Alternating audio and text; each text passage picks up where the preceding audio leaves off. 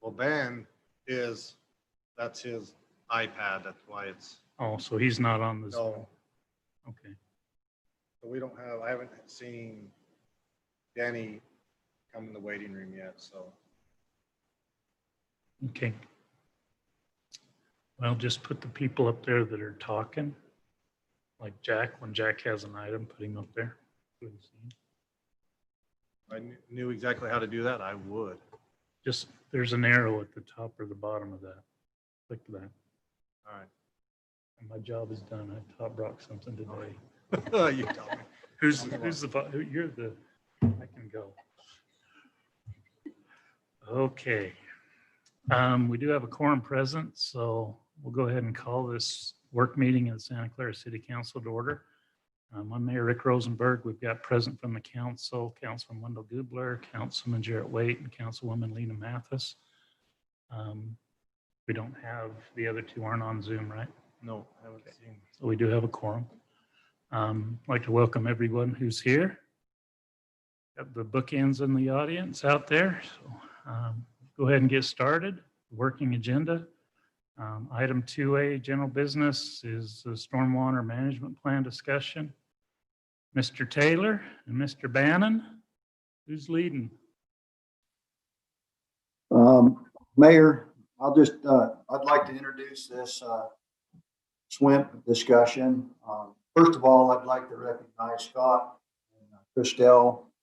They've done 99.9% of the work on this new SWIMP that you have to provide for the state. I reviewed it. I think they've done a great job. And anyway, I'd like to thank them, and then I'll just turn the time over to Scott to give the presentation for you. Hope answer any questions you guys will have.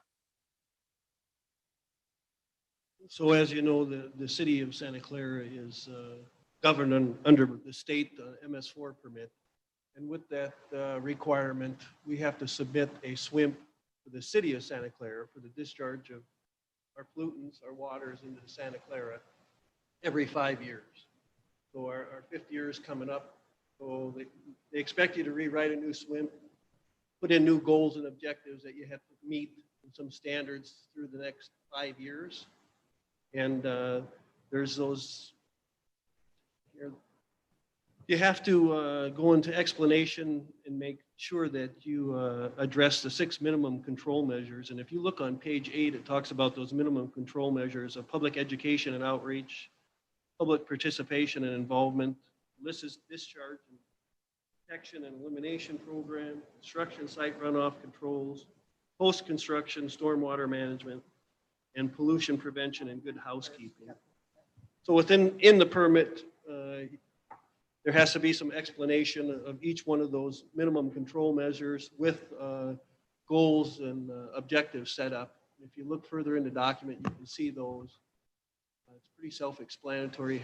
If you have some questions, I can try to answer them. I'm sure I can, but it's just a requirement of the state for us to continue under our MS4 permit to discharge the waters. So, and along with that SWIMP, we have to also submit a NOI.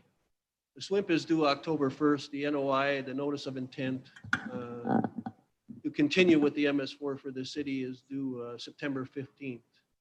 And before I forget, I want to thank Christelle for all her help on this. She did an amazing job with helped me put this together. So thank you, Christelle.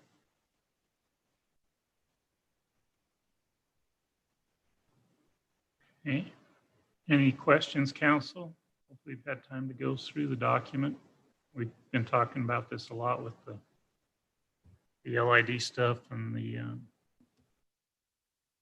new changes that have happened recently to the ordinance. So this is the plan that will go into the state, correct? Yes, sir. And then the LID is added in on the 4th minimum control measure there. There's a separate paragraph about the LID and how we implemented it in our ordinances and statutes. So it's under the construction site runoff control. Have we got anything back on the audit yet? No, we haven't heard back. Any questions, council, for the staff? I have one. One of the measurable goals was to increase volunteer participation in trash cleanup. Can you maybe tell me what that is? Well, we'd just like to set up, Brad already has some cleanup that fits with the MS4 that he does with the parks and all that. We can use that with the MS4, but we would like to do a couple on the stormwater side, whether it's with the Boy Scouts or some other groups within the city, a couple times throughout the year. So is this us reaching out to groups to say, hey, we'd like you to volunteer and Yes. participate with us? Yep. Okay. There's something that we've talked about before, probably right after the last flood, that we may want to, that came to mind again a couple of weeks ago, Sunday night when we were fighting, is having a community response team organized specifically to go out and clean stormwater grates and help monitor problem areas within the city when we have those major type floods. We talked about doing that after the flooding and after the dam break and after the flooding in 2010, but really haven't been able to get a group organized and kind of trained. And this would be a group that would involve neighbors. If you got a grate in front of your house, you have a job when we have a storm like that come through to keep that grate clean. Because the city staff can't get around if it happens in the summertime like it happened a week ago Sunday. The Mondale pine leaves are coming off at that time. There's a bunch of them on the ground, and they are the worst culprits we've got out there plugging grates. And if we get the grates plugged, the water can't get into the storm drains. We end up having shallow water flooding, or you see something that happened last Sunday night around town. Luckily, we didn't have any damage, but our neighbors can't say the same thing. And we've had our turn in the bowl, so that may be something we want to just put on your list. Maybe we can get something like that organized, Scott. I did address that in the monthly newsletter. I don't know, I'm sure you looked at it.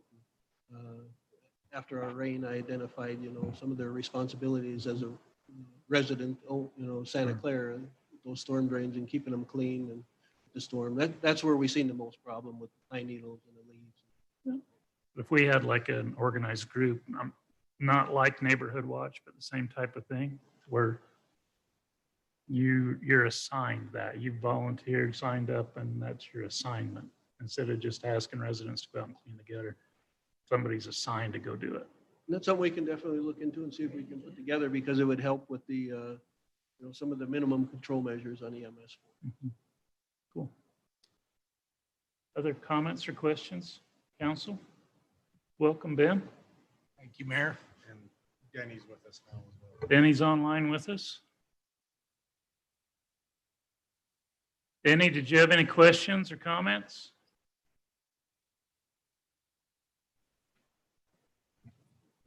You have to unmute him, or does he got to do that on his end? Yeah, I can ask him to unmute. Can you hear me, Jack? I can. Can you hear me now? Yeah, we can hear you now. Did you have any questions or comments, Denny? No. You deer hunting? Close to it, yeah. Heck, I got my shirt on, but nice I'm orange shirt. up in the mountains. There you go. You're in the mountains with an orange shirt on, man. The hunt doesn't start for another month. Well, it was actually side by side drive. We're up at Otter Creek. Yeah, that's a good story. We didn't understand any of it. Am I breaking up? You were during that. It was like you were talking to a fish cop or something. Well, I don't want him to know, so. Norton. Yeah. Okay. Council, any other questions for Scott or Jack on this? Is this something that'll come to council? Or is this just for our knowledge, Scott? Next week, we'll bring it back for approval. Okay. Did we not already approve this last week? Last city council? This is a continuation of it. This is approving the report that we actually send to the state as part of our MS4 permit. So the stuff you approved last week is built into this. And So it's just a continuation of it. Okay, if there's no other questions, we will go down to item 2, discussion on Santa Clara City Halloween event, Heritage Square. Brad? This year, because of COVID-19, Parks Department wanted to do something for the kids that was safe, COVID compliant with the governor's outline. And we didn't know if the kids were going to be trick or treating or have any opportunity to do anything. And Sherelle, my assistant here, she's going to talk a little bit more, but she has a lot of things that she can build a holiday display. So we were looking to use the Heritage Square facility and have an entrance in the parking lot in the back where they could social distance properly and then bring them through like a tour of Heritage Square with Halloween displays. And then they'd come out the front. There wouldn't be any interaction or treats or anything like that being given out until the very time when they were going to leave. So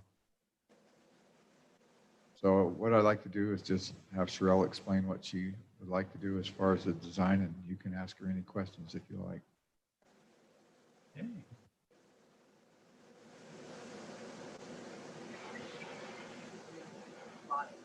Yeah, I have like a little map kind of show and some samples that are just loose samples of what I'd actually do. So each one of the numbers are like going to be a little pop-up, cover tent. And inside them, I would put little displays just so the kids could look at it. And in future, if this keeps going, we did another event going forward later when we can actually have physical contact, we could also change those to more of like a little interaction booth. But for now, they would just be displays and they would go all the way around the outside. And at the very front, I would have a hand sanitizing station and 2 more in there as well. I'd have another one at the restroom and at the very front of the building where the porch is. So like I say, and we're gonna do a pumpkin carving contest, but you'd be voting online. So they'd be able to see the numbers and it would also display them. So I'm just trying to get something fun because there's just been really nothing. It corresponds, of course, with trick-or-treating that night. We do it from 6 to 8 p.m., just kind of short, sweet. I mean, if it goes a little longer, I'd stay longer if there's more kids still. We'd just give them a little, like I say, the treat at the very end when they're leaving. So that also helps me with trash too so they didn't just drop things. And again, more of, just nice and clean and secure. Would block off the front street and they'd have to come in the back so that I can just kind of keep where people are. Anyway.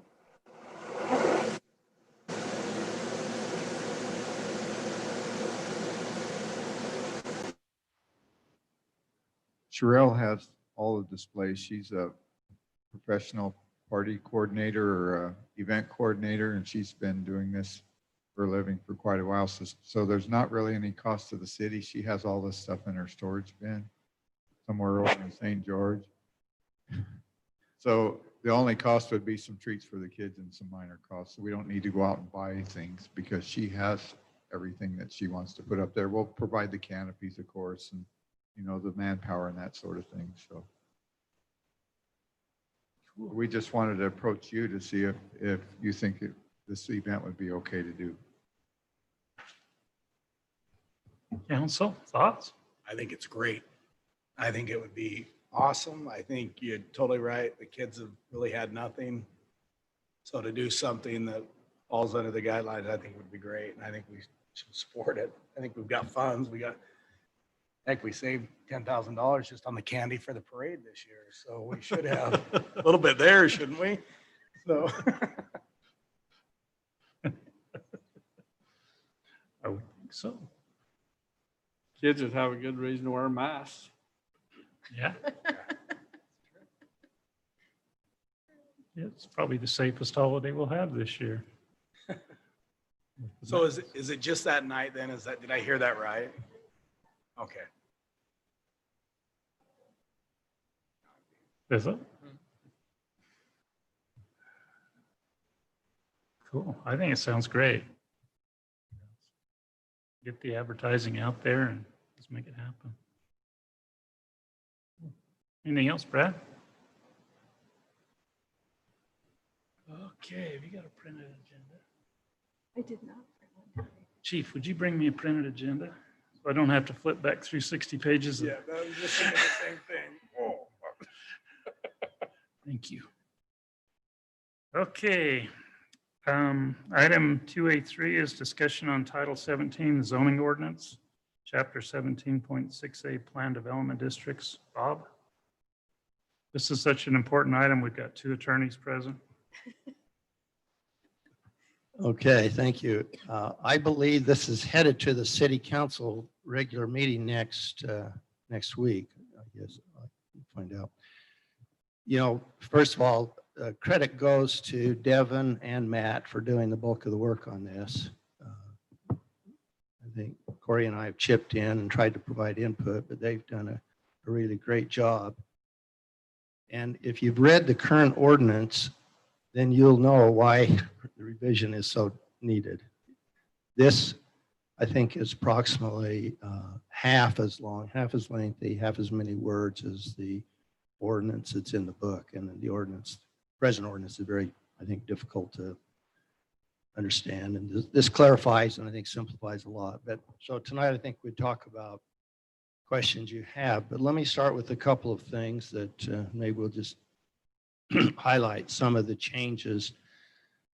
I'm going to maybe jump around just a little bit, but we'll start out with the landscaping requirements in the PD commercial.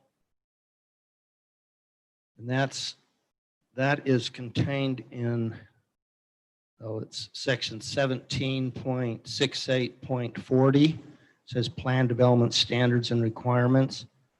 And then under item C, it says non-residential standards and requirements. And we drop down to number 7 is landscaping. So the current landscape requirement in the PD commercial says the area between the curb and the front setback line shall consist of either landscaping or sidewalks. That's basically the ordinance. And we haven't changed that. We haven't proposed to change that. And that can vary because the setback lines are measured from property lines. And so this says from the curb to the front setback. So that entails some portion of the right of way. And then you get to the property line and it'd be the 20 feet past the property line. So that's there. It could vary from street to street depending on, you know, what the right of way is. But we haven't proposed to change that. What we have added is this phrase to provide a little flexibility. So we've added to the sentence, it says where other landscaping is provided outside the front setback area or street side setback area, the city council may approve a reduced landscape strip of no less than 10 feet in width, provided that the city council determines that the additional landscaping elsewhere on the site compensates for reduced landscaping within the front setback area. So that gives you a little flexibility to do the 10 feet. And you know, I guess most recently when the Ace Hardware came through, they received a reduced landscape strip, 10 feet. And I guess part of the justification could be their corner plaza area that's landscaped. So in addition to, again, in addition to the 10 feet, they have to show elsewhere on the site, you know, where they have landscaping. So I don't know how you feel about that requirement. Also, I would add, and we've added paragraph B. Let me just read that. It's a parking lot landscape requirement. It says, if a site includes 30 or more off-street parking spaces, at least 5% of the parking lot area shall contain interior parking lot landscaping in addition to the front setback area required in subsection A above. Shade trees shall be planted in parking areas to reduce the heat island effect and provide aesthetic beauty to the site. Interior parking lot landscape requirements may be met using terminal islands, divider medians, or landscaping on the perimeter of the parking lot. That's quite similar to a requirement that St. George City has. Again, it only applies if you have more than 30 parking spaces. So that's the change to the landscape. I don't know if there's any issues if we want to discuss. If the parking lot landscaping, does it help? Can you use it as offset for your front landscaping or not? Or is it in What- addition to? Good question. Guess it could be either way. I mean, we may, I think originally it was intended maybe as in addition to that front setback area, 10 feet, you'd have that. We could add a sentence that the parking lot landscaping may be considered as a form of compensation for the landscape requirement in paragraph A. Is that not what the added measures referencing, or is that simply the parcel that may not be part of the property but infringes? Because that part that's added says where other landscape is provided outside the front setback. Is that simply forward, or could that be outside? Could that be considered part of the parking lot? Well, and I think that maybe that's part of the question the mayor's asking, that Yes. we could do that. The idea on the 10-foot landscape would be they ought to, or this would require them to come up with something in addition to just the 10-foot perimeter landscape along the front. Yeah, I on the think street. we just need to clarify it so that it can be computated, calculated to verify that you're meeting it or not. Otherwise, you're going to get that question asked. Well, I Absolutely. gave you these tree islands, they should count. No, those are in addition. That just needs to be clarified one way. Do you have or a the other. preference on how that should go? I like being able to substitute it would be nice. The addition is nice. It's going to be important because of the LID stuff we just gave Scott. Those landscaped areas outside of the setback are going to be really important to meet the LID requirements. That's one of the ways you can meet them, is providing that. So it's how much landscaping do you want on the site, council? Do you want, is the front setback and the ability to move it around on site and get credit for it? Or do you want the front setback plus the landscaped islands on those big parking lots? It's not going to come into play too often because you're not going to have that many big boxes with more than 30 spaces. Right. So probably the property next to Harmon's, east of Harmon's, that bigger piece may come into play that way, depending on how it develops. But if you want more landscaping, then make it in addition to.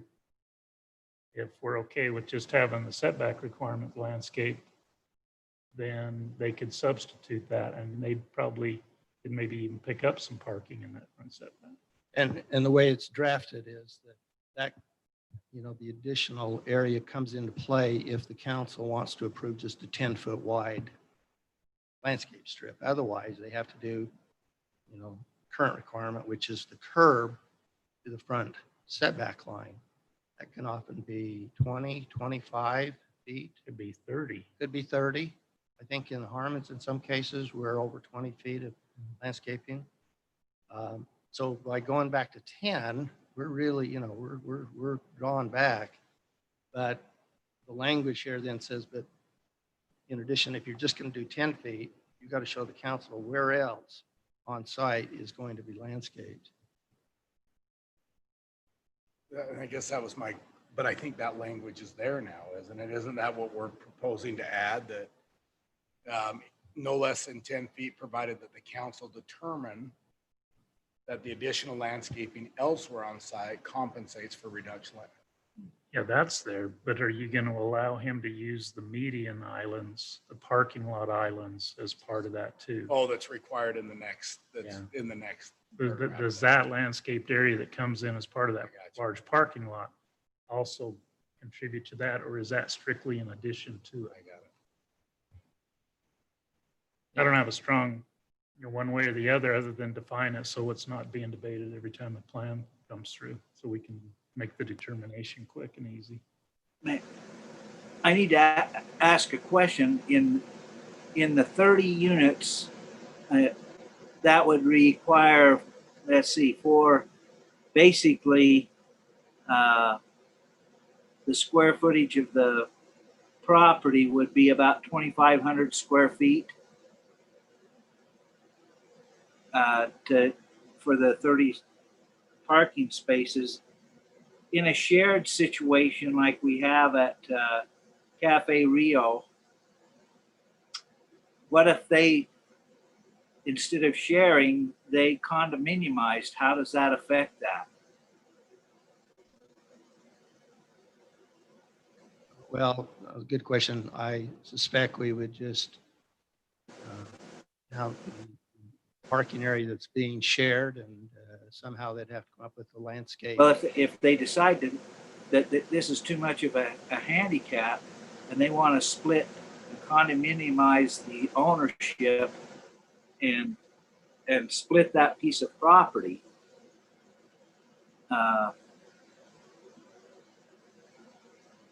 then what is the requirement? Cafe Rio, if I remember right, was a commercial subdivision. I mean, it was all under Harmon's. It was a lot in the Harmon's development, right?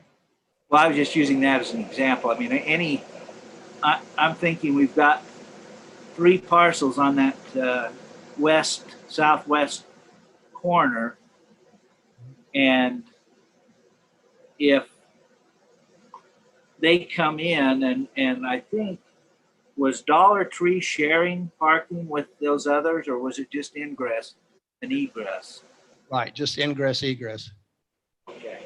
And That's so a if those, go ahead. subdivision too. That's a 3-lot commercial subdivision, if I remember right. Each lot Okay. requirement. Right. So I they think- couldn't put a little strip mall on one of those pieces. Yeah, there's 3 distinct lots that were subdivided out there, ownership. The piece that would come into play on this would be the vacant ground to the east of Harmon's that Patrick Manning's group controls. It's all general plan commercial from Harmon's clear to the wash north of Pioneer. So you've got some large lots. You could have a large user. If they subdivided it, you could look at it on a per lot basis like we've done with Harmon's and the Dollar Tree corner. Otherwise, you'd have to look at it as one big lot, and then it would apply there too. So I think you can catch it, Denny, as you go through your plan review to see where it's going to apply and where it's not.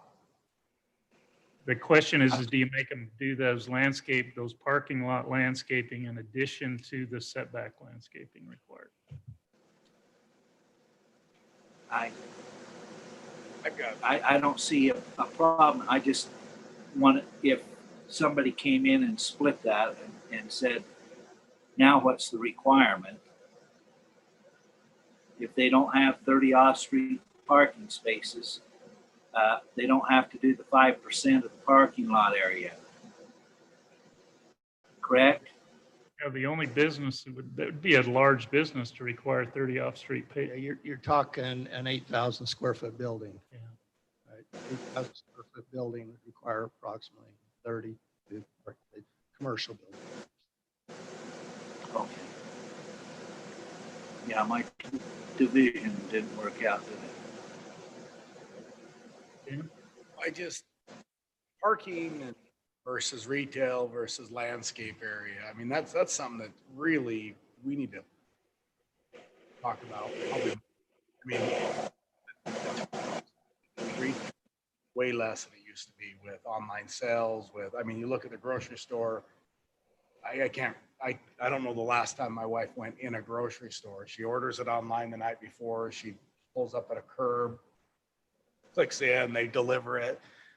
So, we've had this discussion on landscaping, and it came up in the last meeting, and size of the building, and obviously from a city side and tax revenue, size of the building and sales is important from the city side, and obviously for the retailer as well.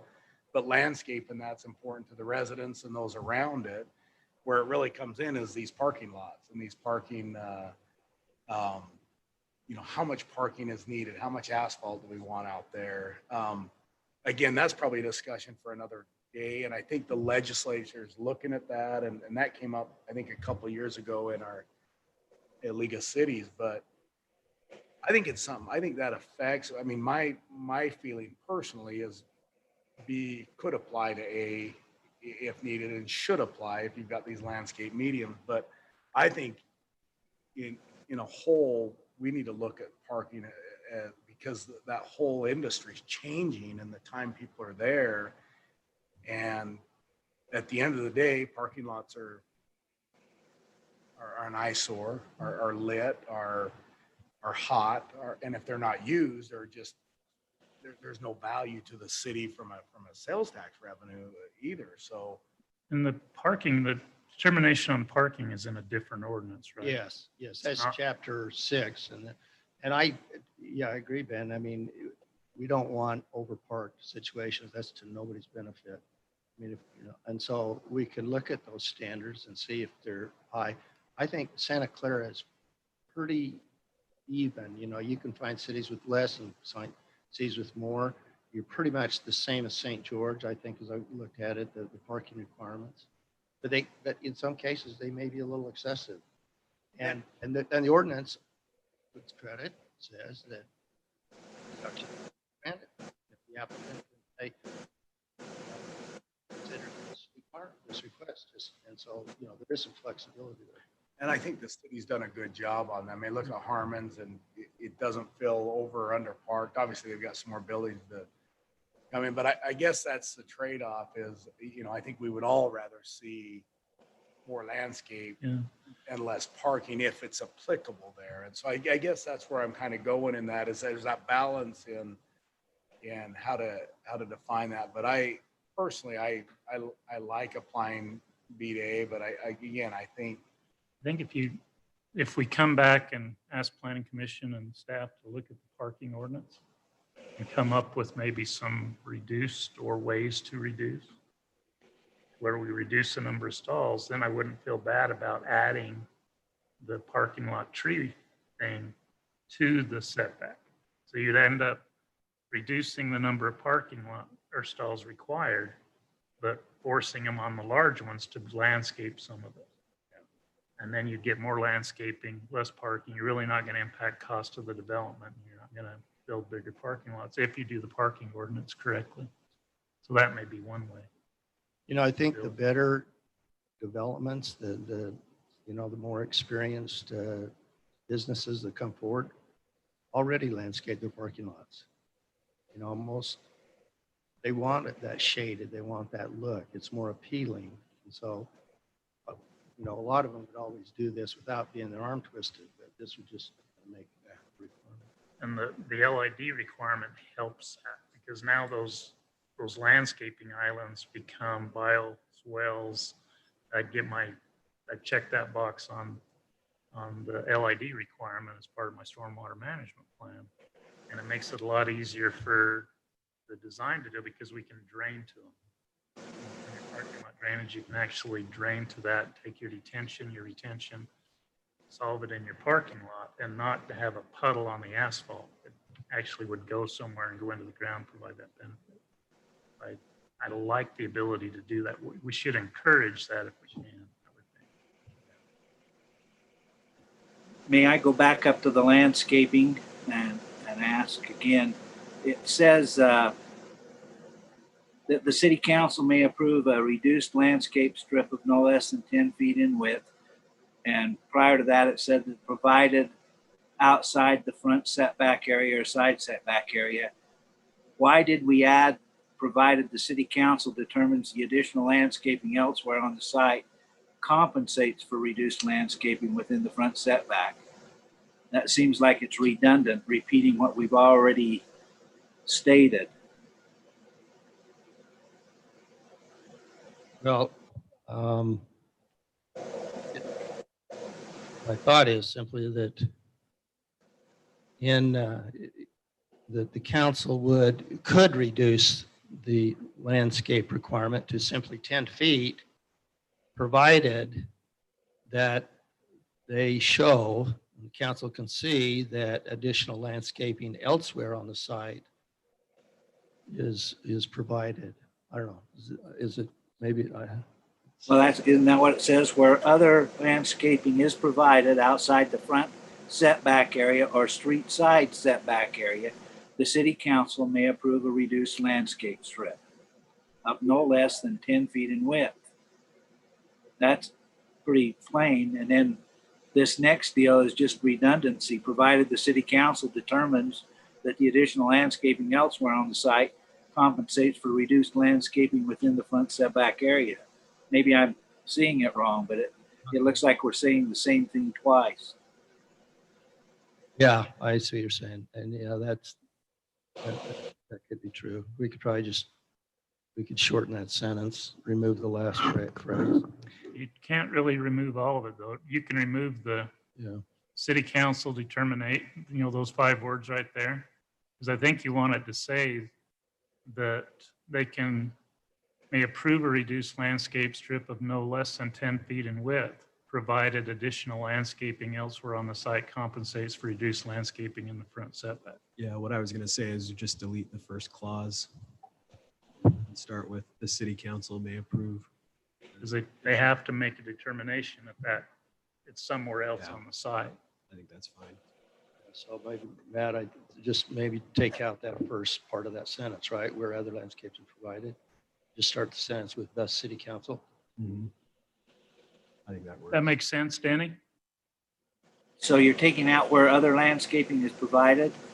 Is that what you're talking about? I didn't Yes. quite understand. Yeah, that's right. They take out that where other landscaping is provided outside. It's the sentence would start. The Yeah, city. you go to, the city council may approve a reduced landscape strip of no less than 10 feet in width, provided the city council determines the additional landscaping elsewhere. Yeah, I think if you remove that first sentence, portion of the sentence, I think you covered it pretty clearly. I don't know that I care one way or the other either, but I think from an aesthetic standpoint, as well as your storm water reason, I think we ought to be able to suffice the requirement. It's, If it's applicable. The comments, council? Go on, Bob. Okay, we'll move on. Move on. Okay. We'll move on. The paragraph right above that is kind of confusing, unfortunately. Or I hope I don't confuse this more. So this talks about density. You see paragraph 6, it says density in minimum square feet. So the sentence right now, it needs some correction. And in a previous draft, and the problem that we're talking about here is not the horizontal mixed use. It's the second sentence where it talks about the density in a vertical mixed use. And the language we had suggested, and I've kind of gravitated back towards proposing that, but so it says for projects, I'm starting in the middle of that paragraph, or number 6.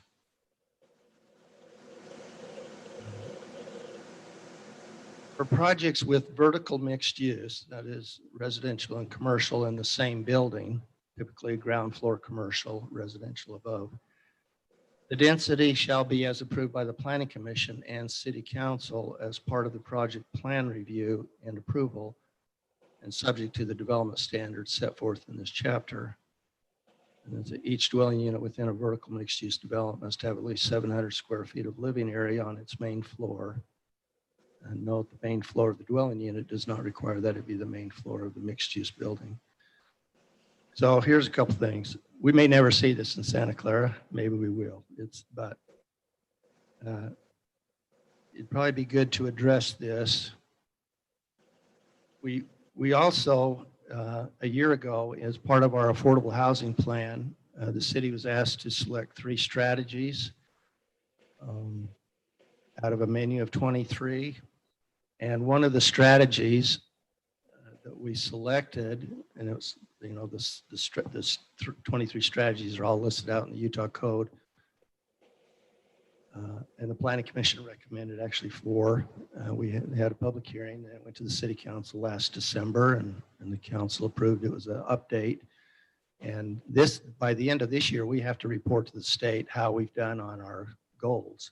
But we selected as strategy number 3, allow for higher density or moderate income residential development in commercial and mixed use zones, commercial centers or employment centers. So in the bottom of this page that where I just passed out, I just copied, this is out of our plan update that we updated our affordable housing plan and included it in the general plan. We've addressed that, allow for higher densities, like I mentioned above, and we've got this right out. This is out of the text, out of that 2019 update. And again, come December of this year, we have to file with the state how we've done on our 3 strategies.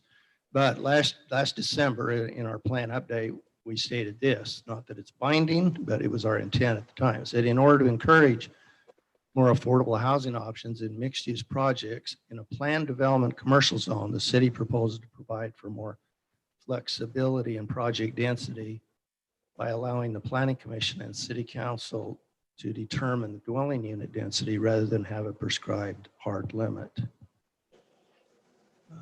The mixed-use project would be required to comply with parking, landscaping, and other requirements for a residential project, but the maximum project density would be flexible and determined as part of the site plan approval process.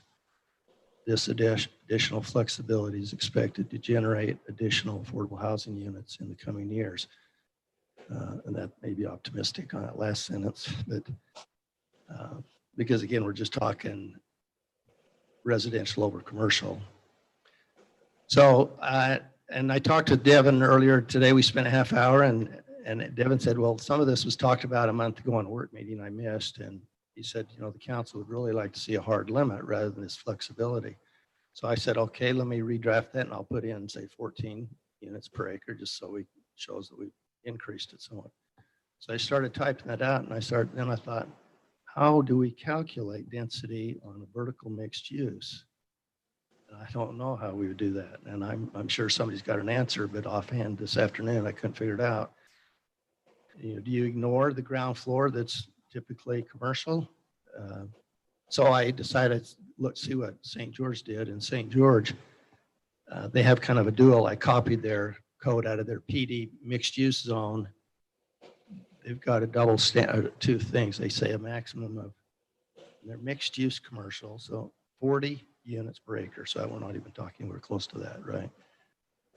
We're talking 12 or 14. Anyway, they have 40 units per acre, and it says in their plan, the density will be as per the approved detailed site plan, because it's in a PD, and as you know, PDs have to come and have their project plan approved, right? Just we do with the first project. So I went back and Devin can, you know, he can probably tell me, I told you, dummy, not to do this. So I went back and running out of time, I went back to the flexibility. And here's a couple of reasons. First of all, we probably have there's nobody lined up to do mixed use right now. Whether we'll have anybody do residential over commercial, we'll see. But the other thing is, of course, we don't know how to calculate it. I'm sure we can come up with some means to calculate density and a mixed use, vertical mixed use. But where we don't really understand the economics of a mixed use project, commercial and residential, why not give some flexibility to a developer to come in and propose something, respond to it, rather than prescribe a hard limit now when we don't know if that is, you know, wise, feasible, anything about it. We don't understand the economics of mixed use. We haven't dealt with it. St. George has maybe 1 or 2 mixed use. I know of 1. So, you know, that's the other argument, I guess, for having a little flexibility is let somebody familiar with the economics of this, a developer who understands it, make a proposal to the city. We're still, it's not going to get out of hand in any way because we have a building height limit, we have parking standards, we have landscape standards, we've got all these, you know, landscape, the front setbacks and all the rest that, and building height limit of 35 feet, you're going to maybe get possibly 3 stories at most. So anyway, that's, on this one, I just went back to that kind of a language that was in an original draft.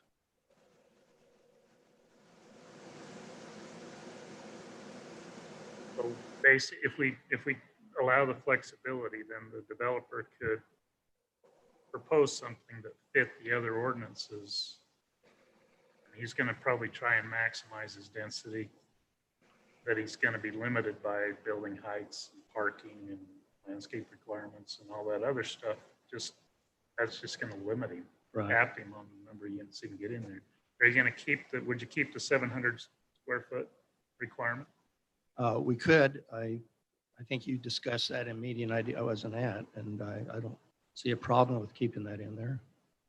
Because I think if you had a minimum unit size, then yeah, I think there's no way they're going to be able to get up there. I just want to make sure we get the right size. 700 may still be a little big.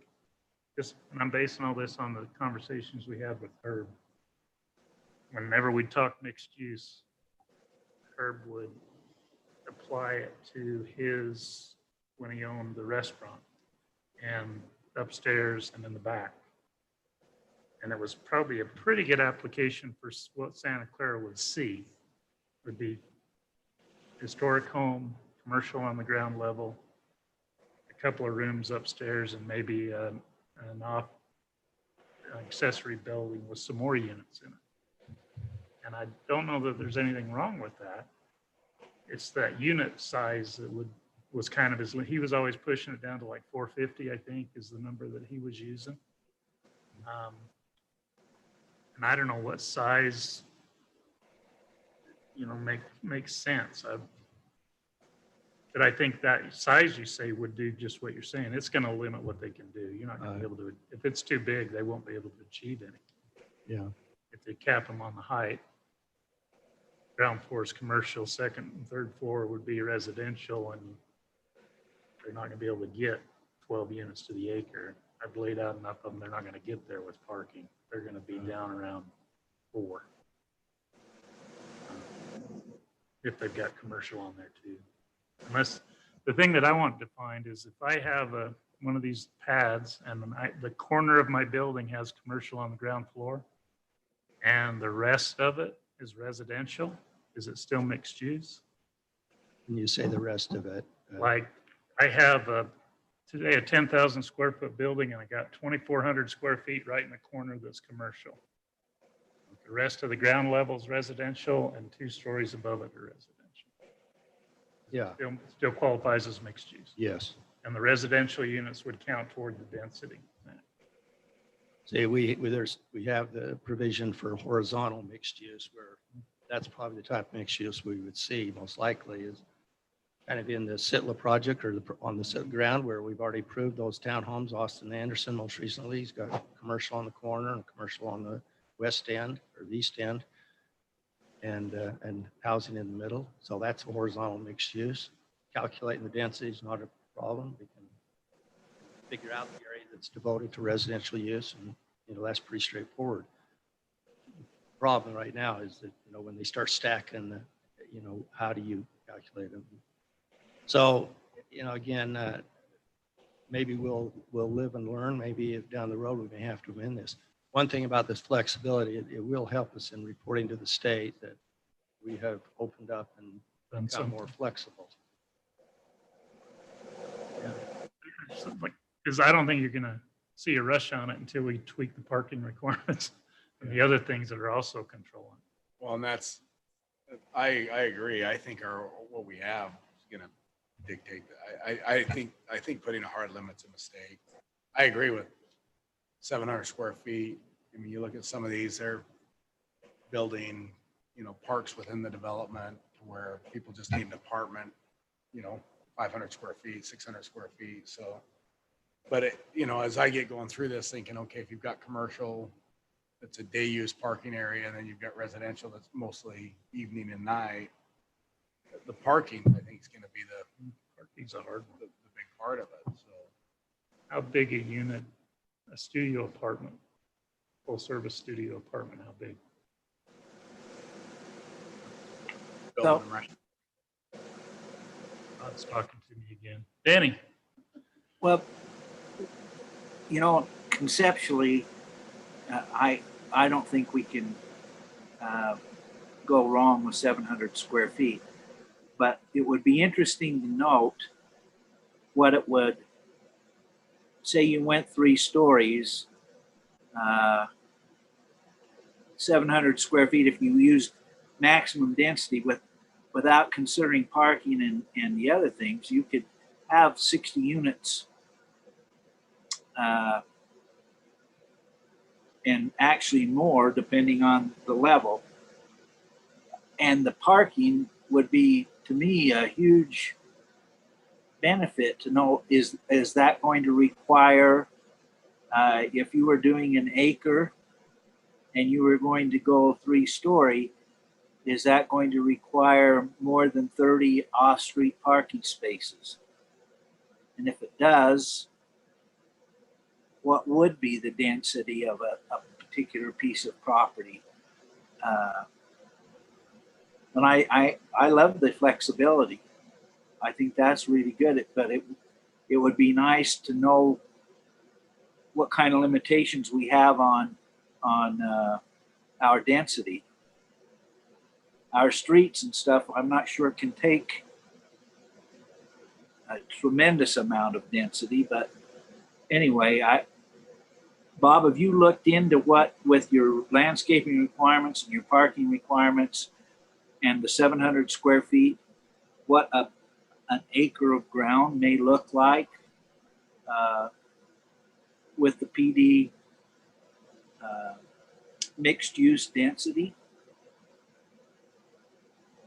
Haven't done studies on that. I mean, it just doesn't seem that it could be a tremendous amount of density if we have those 30 off-street parking spaces and 5% of landscaping of lot stuff. You may have hit on the exact thing that we want, the thing that gives them some flexibility and also us the ability to work within those densities. So I don't know. I'd almost like to see a design so we could just kind of say, oh, this is what would happen at worst case scenario, and with the densities. But Typically, on an acre, you're getting about 20,000 square feet of commercial floor area max. And then almost the other half is either parking and landscaping. well, and what about if it's vertical? You're talking. And you're talking about on either, if it's one building, which, maybe we're talking multiple commercial buildings, ground floor, and then the residential above that, the residential has to provide for its parking. Right. Now, it says, So I mean, I think that this could be a win-win situation for someone wanting to do some density increases, but also for the city to keep some limitations on the amount of density that you get. well, and they're going to bump up against that height limit because, 35 feet the most, you're either, I don't know if you could get, well, I guess possible 3 stories, a ground level commercial, but typically a commercial, I think, Ben, typically we're talking 10-foot ceilings on commercials, aren't we? And so then you're not left with a whole lot of room to maybe you're only going to get one level of residential above that, given the height limits. So, but I haven't calculated it all out. I actually kind of came to head this afternoon a little bit. We were just trying to figure out how to handle that. And I just thought, well, we could stick in a number. And I kind of agree with Ben. I think this could be a pretty straightforward way of handling it. Narrative. I just pulled up. The average studio, this is 2008, has gone from 573 square feet down to 514, and then continues that the average U.S. studio apartment has an average square footage of 472. So just, I was wondering, is it you that? know, and what they end up doing is they build the studio apartments and then you build, and millennials are, this is big. They don't want the yards and the, IKEA generation. it is, those are Neither do the houses. retirees. And that's, you know, on a whole nother thing, you know, the mixed use here and then also the accessory dwellings and that. I think these are great things for the city. So I like the idea of having some flexibility. And I agree. I think Bob's got it right that a developer is going to come in and I've never done these. I don't know how many have. So whoever comes in is going to have some experience in this and present something that I don't mind the flexibility at all. The 700 square feet, maybe we go 550 or something yeah, like I that. agree. I think it's, and just reading it on what it is, it's interesting. It's changed when this was put out. They've gone down. They're 5% smaller than they were 10 years ago on average.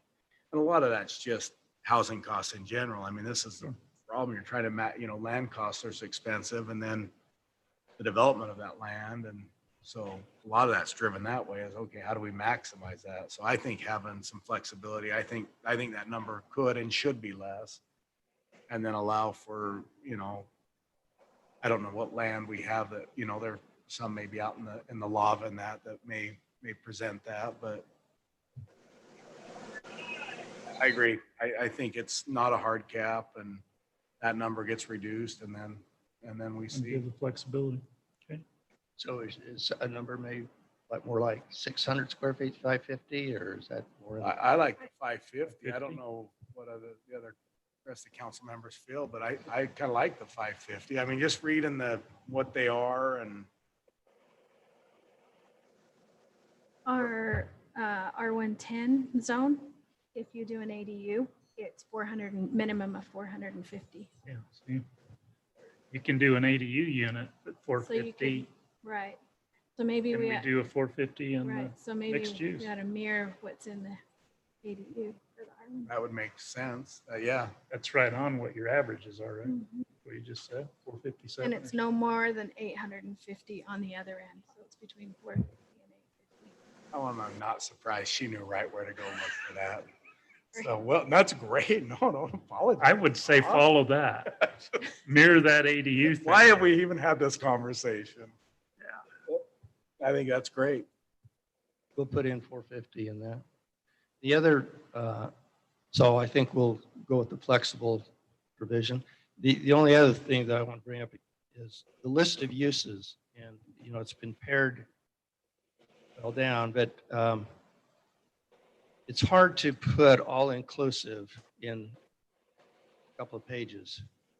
In fact, Corey and I were looking through the list, and tomorrow on their TRC, we got in a PDC, the Harmon's thing, we have an automatic car wash, tag and go. It's not even listed on here. So, and there were some other things that Selena had raised, and it's not on this list. And I said, yeah, we could make this page probably 2 or 3 pages longer and be much more inclusive of all potentials. Or we could say, which we say in some of the other chapters, the commercial, we have this phrase at the end, other uses proposed by the applicant that is similar to the allowable uses within the zone if determined by the planning commission, could add planning commission and city council if you want, but to be in harmony with the intent and purpose of the zone and if approved as part of the project plan. So if it's part of the project plan, that way, like I say, you know, we don't know all this potential hundreds of uses that could come forward, and to have a little flexibility that bring it before the planning commission or planning commission and council and say, does this use fit in the zone? That sentence is stricken. Is that? Correct. And actually, just to clarify for the council, the red lines you're seeing in this draft are the changes that were made since you looked at this the last time. So this change was made because of the discussion item we had last time to kind of remove this catch-all category. And Bob's suggesting that maybe we should leave it in. Back in. It's not arbitrary and capricious. It could stay. It's a fairly common you know, you'll see this in the city of St. George and other municipalities. The main thing is that there's a finding that it's similar to the other allowable uses. It's legally defensible. It's really a policy question of whether we want to have it there. I don't have a problem with it as long as it's defensible. Devin, one of the questions I have is, what does intent mean and who determines the intent? Right now, it says if determined by the planning commission. We could say if determined by the planning commission or determined by the city council upon recommendation of the planning commission. So it's however you want to have that phrased. So it's arbitrary to who's serving at the time what the intent is. To me, I think we're leaving ourselves open for, I think that word need not be there. It's what the zone says and calls for. And if it gives some leeway to the planning commission or to the city council, then that's what it needs to say. But I don't know how you can enforce intent.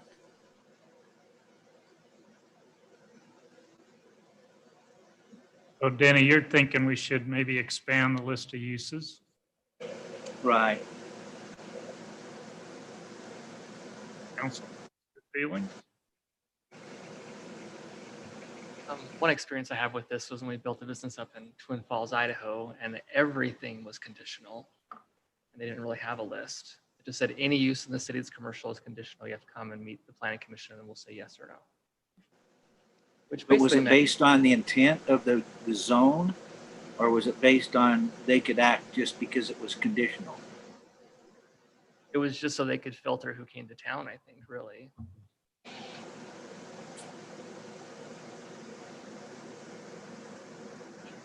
Yeah, I don't wanna and go that speaking with the planning Not a good commission, it idea. turned out that they just usually approved everyone. They just wanted everyone to come and present to them. They could have a peek into how things are gonna run and make sure it was gonna be done right.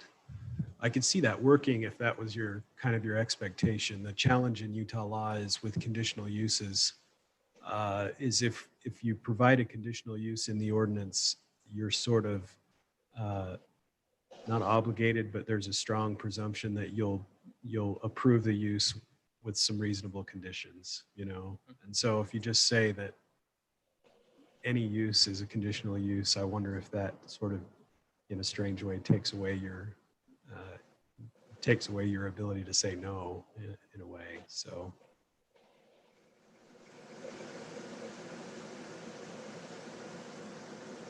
If we modify the language in that section and, remove the word intent and just say determined by the planning commission or determined by the planning commission and city council to be in harmony or to be in harmony with the zone or compliant with the purpose of the zone. Something like that, Or maybe. if you just take out the remainder of that sentence, take out the to be in harmony all the way to the end of the sentence.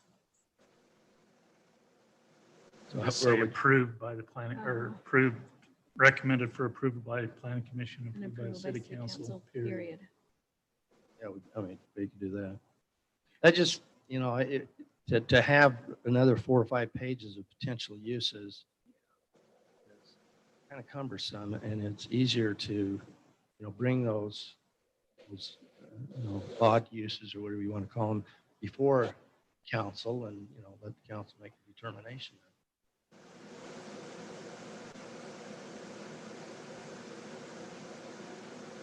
Otherwise, the process to resolve it is real cumbersome. You say, well, sorry, applicant, your use isn't listed, so you can pay your money and we'll amend the code after an 8-week process and 2 public hearings or something. That's a cumbersome way to go. one thought I have about that language, I don't have a problem with that generally. The one issue when you say that it's subject to recommendation by the planning commission, you basically make the planning commission the gatekeeper. And if the city council wants to act the way that was stated, they wouldn't be able to approve it unless it was first recommended by the planning commission. So I'd rather have it say reviewed by the planning commission and approved by the city council. Sounds good to me too. And they're all still conditional uses for each category. You know,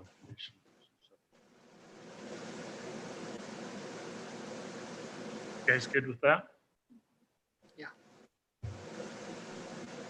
Next, Bob.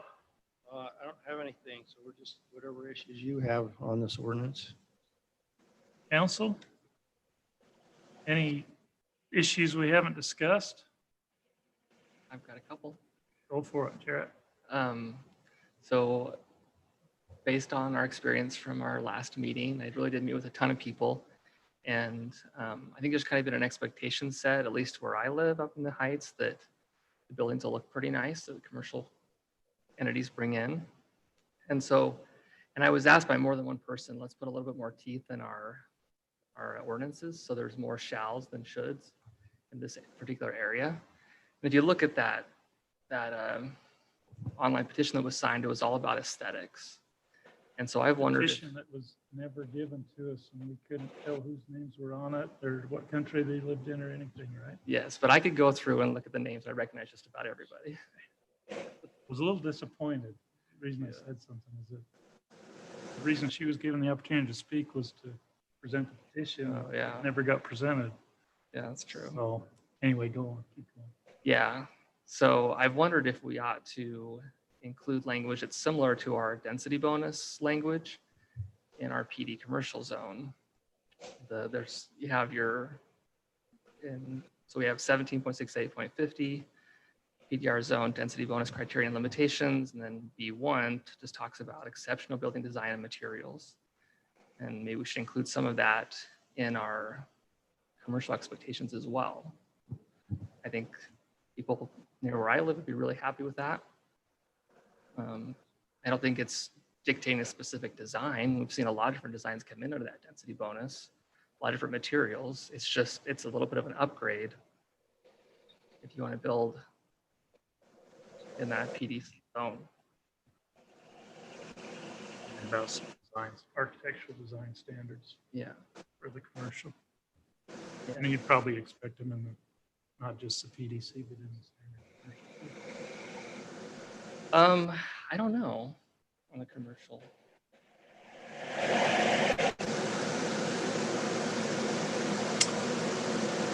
That kind of brings up something that I still strongly feel that unless it's a zone change, I don't see any reason for a public hearing.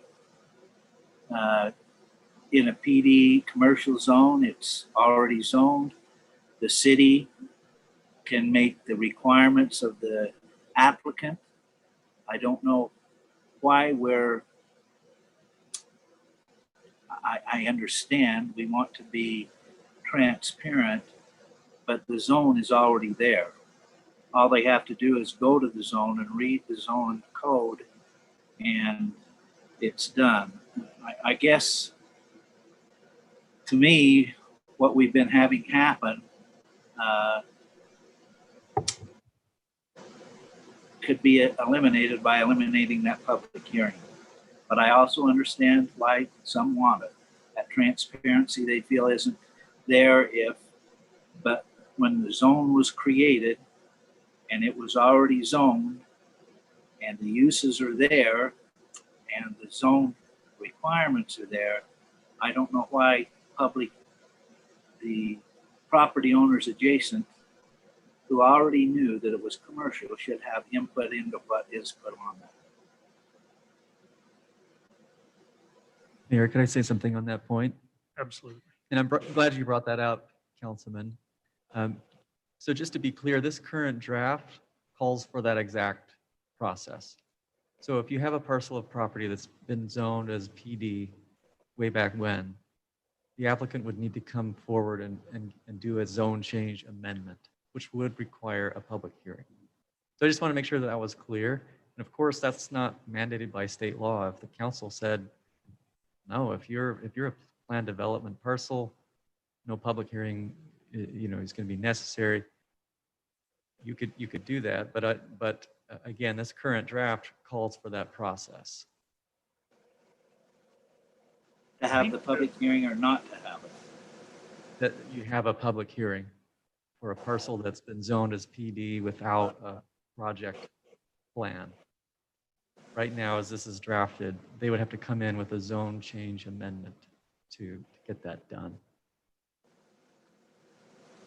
I think my feeling that it required the amendment was that there never was site plans approved for those properties that were zoned PDC. It was kind of a blanket zoning that was given to those so that the city council would have the control of kind of what happened going through the public hearing process. You force them to go through it and it gives the city a little bit of say on what happens. If everything that was zoned PDC, and there's not that many now, I'm just looking at the map, and if the map's right, you've got the two parcels west of Dollar Tree.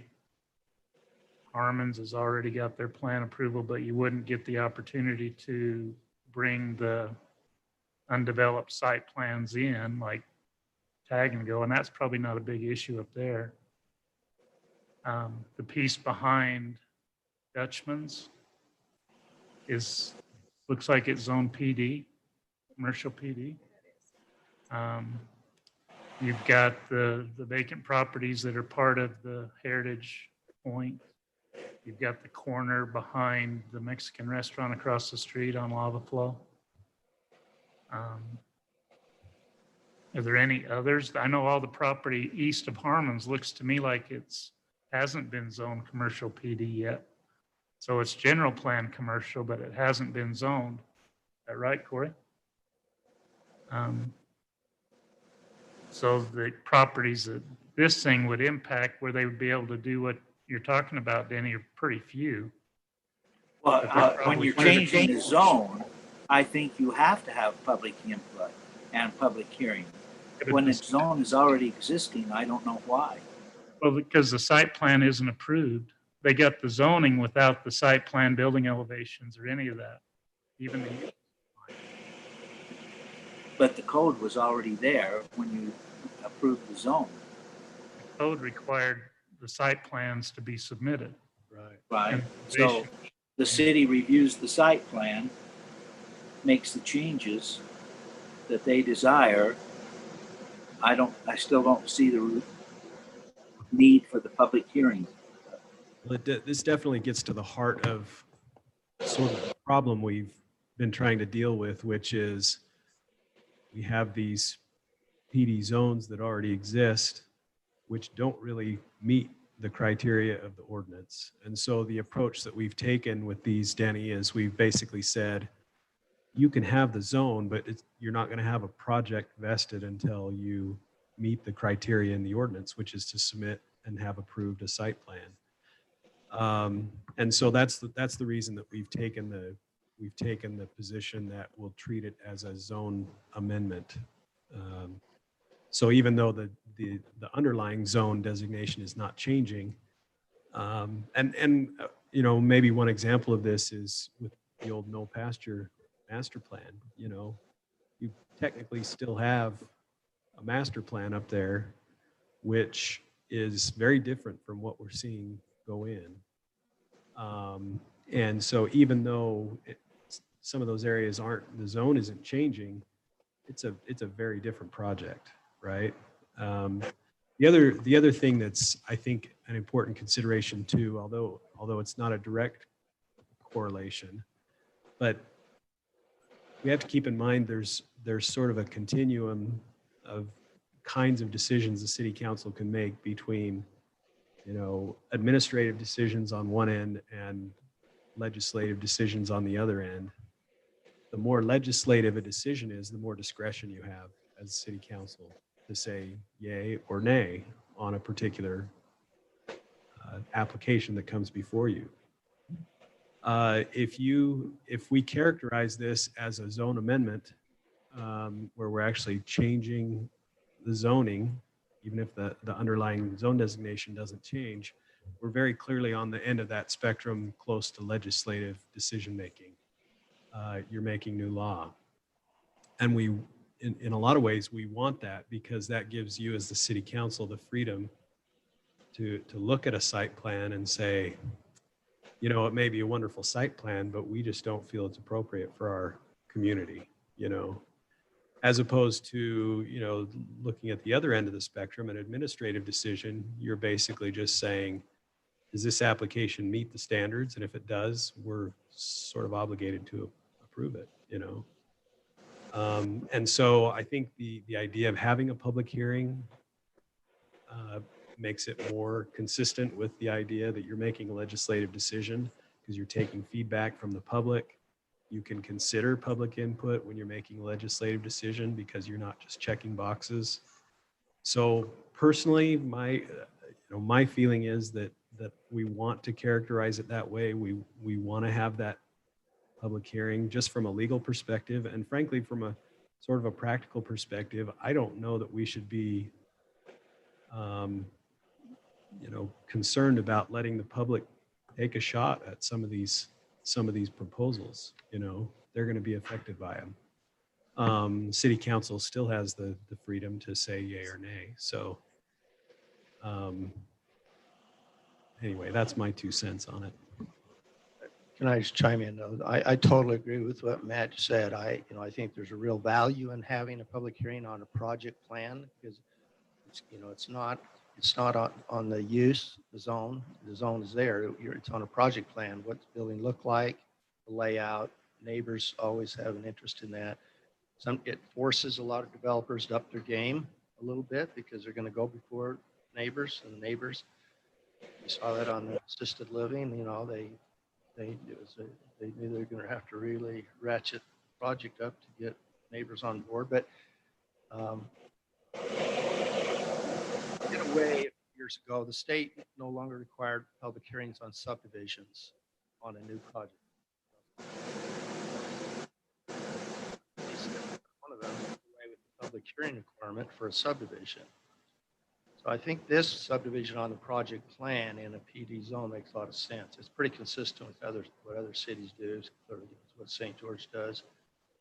And it's pretty typical of the plan development that it gets root.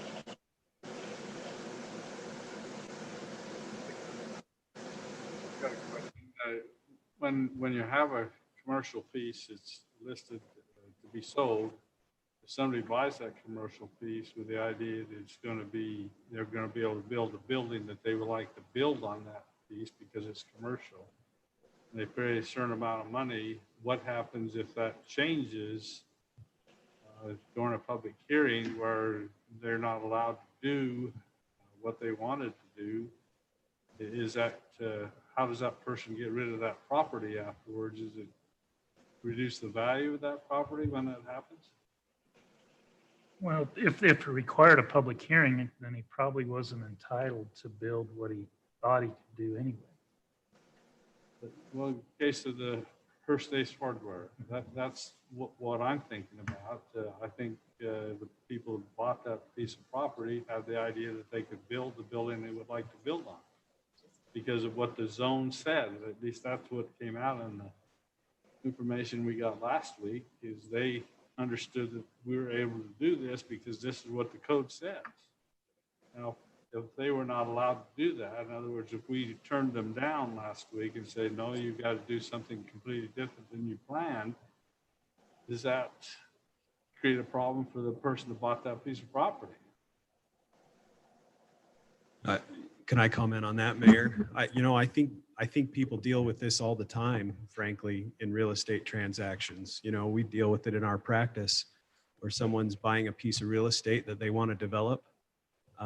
They know that there are risks involved with getting particular approvals on that for that development. And so they often contract in such a way that they have some protection. They may build a period for making those applications into their due diligence time period and so on before it closes. And there's different ways that that's addressed. But I personally, I don't know that Bucks is a great example because Buck is getting to do what he wanted to do. and I don't think the city ever said he couldn't And I think build. that's why we made the decision last week, the way we made the decision, some of us. Yeah. Because I think that we be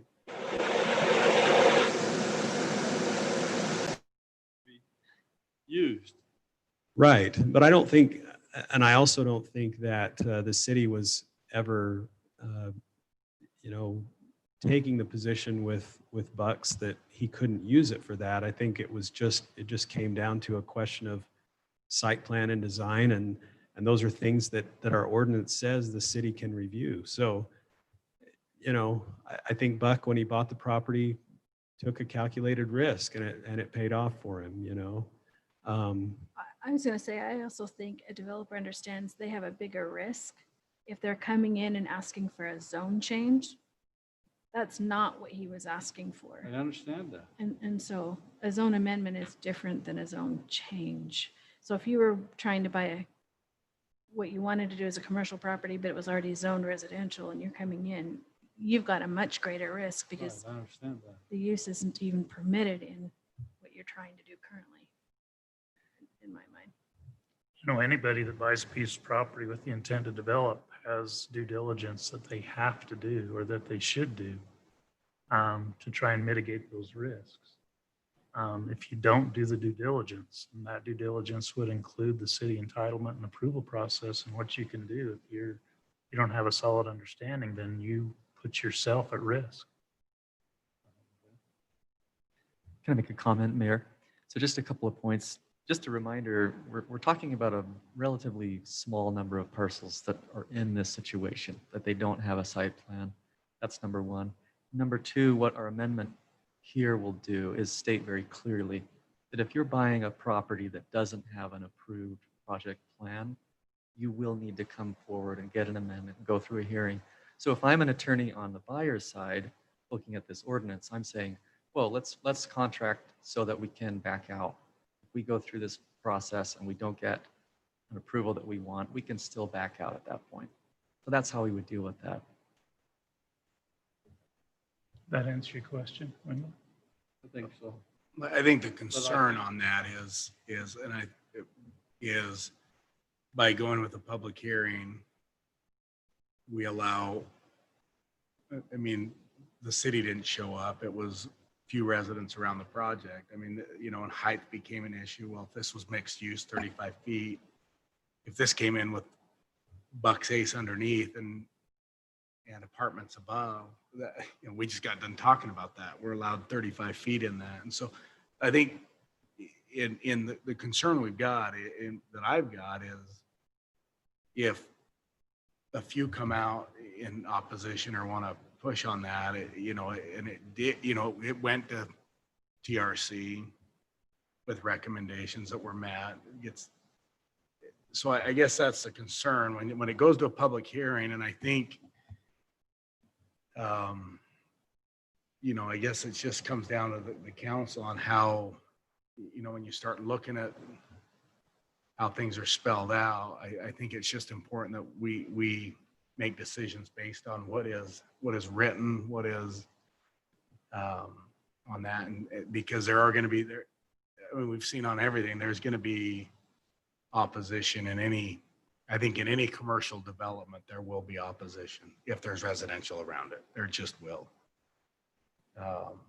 And I think we'll see that on all of them. So I think it's just important that we look at that. That's my concern, is going, geez, I could name 100 things that could go here on that parcel, a gas station being number one out on the corner that we could have had very little as a city that we could have done. So outside of maybe controlling lighting. And so I don't know. I understand where Wendell's at. It's just, you get a few that come in opposition to something, and how I just think we need to use prudence in looking at it. And I agree aesthetically, I think we want them to look good, but I'm concerned on that too, because who determines, what, the residents were against a lot of stucco, but you drive down that road, most of the exteriors of everything in that neighborhood is stucco. So you know, who determines that, I guess, is on that. One last thing, if the shoulds were shalls and they were a part of the code of this piece of property, then I probably would have made a completely different decision last week. But because they were shoulds, I didn't make that decision, and they weren't part of the code. I think we got to be careful with that situation. Yeah, I would agree for sure. So I guess I'm kind of looking for a middle ground there that, like we already have a finishing materials section in our, it's what section is it? It's, C, non-residential. yeah. And it's item number 5. And so I'm just suggesting that we add some of that language about, Building elevation. yeah, variation in the building footprint, variation in roof height, and building features which improve visual interest.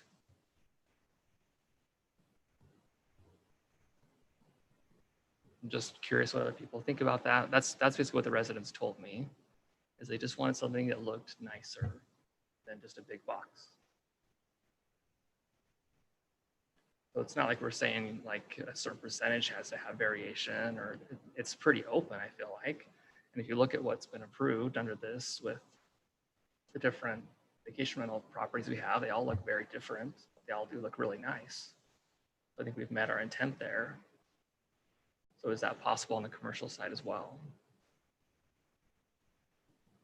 Probably a little harder on the commercial where you've got smaller properties and like one building versus a series of buildings where you can do some of that flexibility and pop outs and features on them.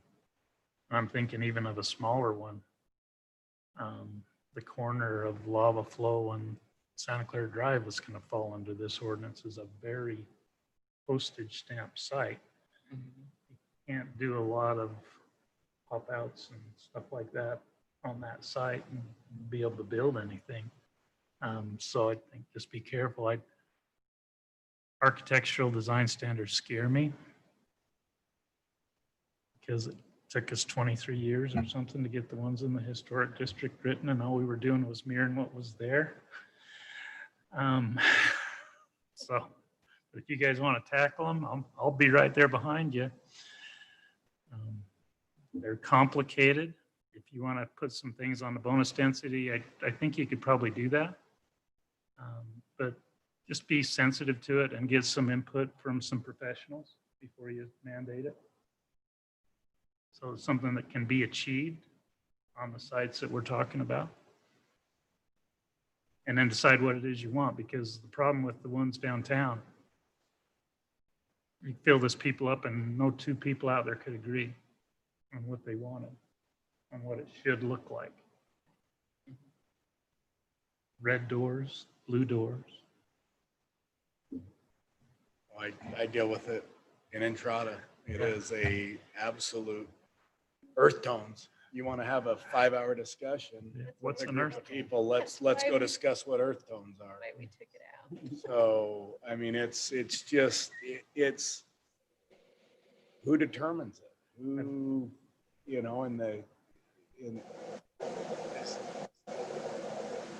The hard path to go down, and you look and see. We put it off a week or at least, rather than acting on it next city council meeting, let us review and think about exactly what's been talked about today, and then put it back on for the next agenda. You can't go hunting for the weekend and then ask us to table stuff.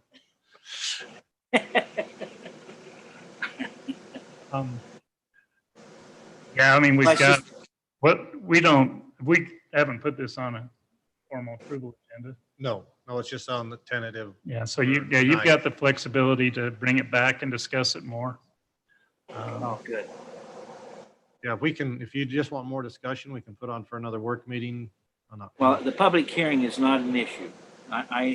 If you determine that you don't want to do you want to do the public hearing, we can do public hearings all day long. It just seems to me like the process didn't need to be done. I mean, when you talk about due diligence for the commercial buyer, there were also due diligence for the residential buyers, and they need to do the same thing. So I agree. Now, architectural standards, additional details. I mean, we can ask the staff to do some research. The ones that I think work are the ones that are really detailed, like Park City.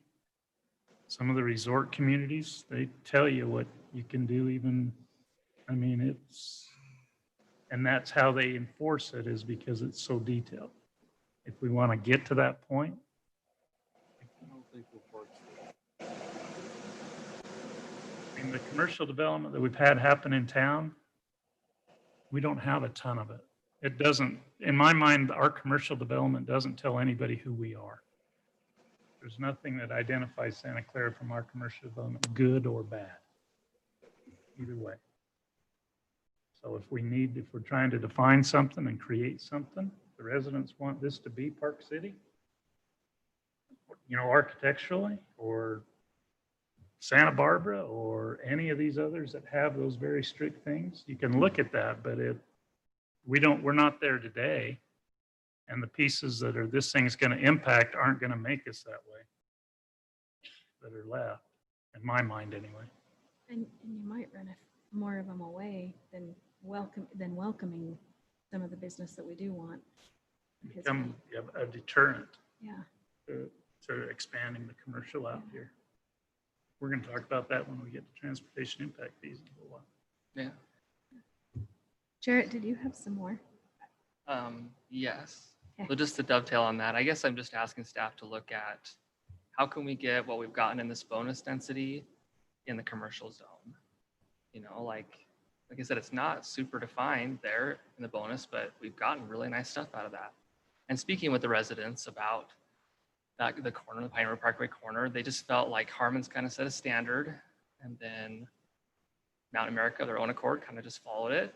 And then because Dollar Tree went through the process they went through, we ended up with a nicer Dollar Tree we would have otherwise. And so they just want to see that same process work out somehow. So the other, honestly, they're pretty afraid of what's going to happen with the rest of the properties now.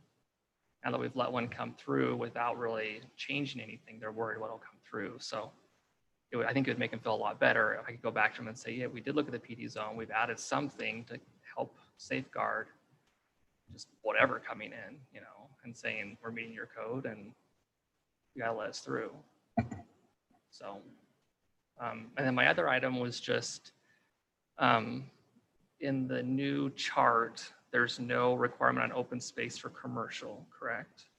In the PD zone. So how are we handling that now so I can explain to the citizens?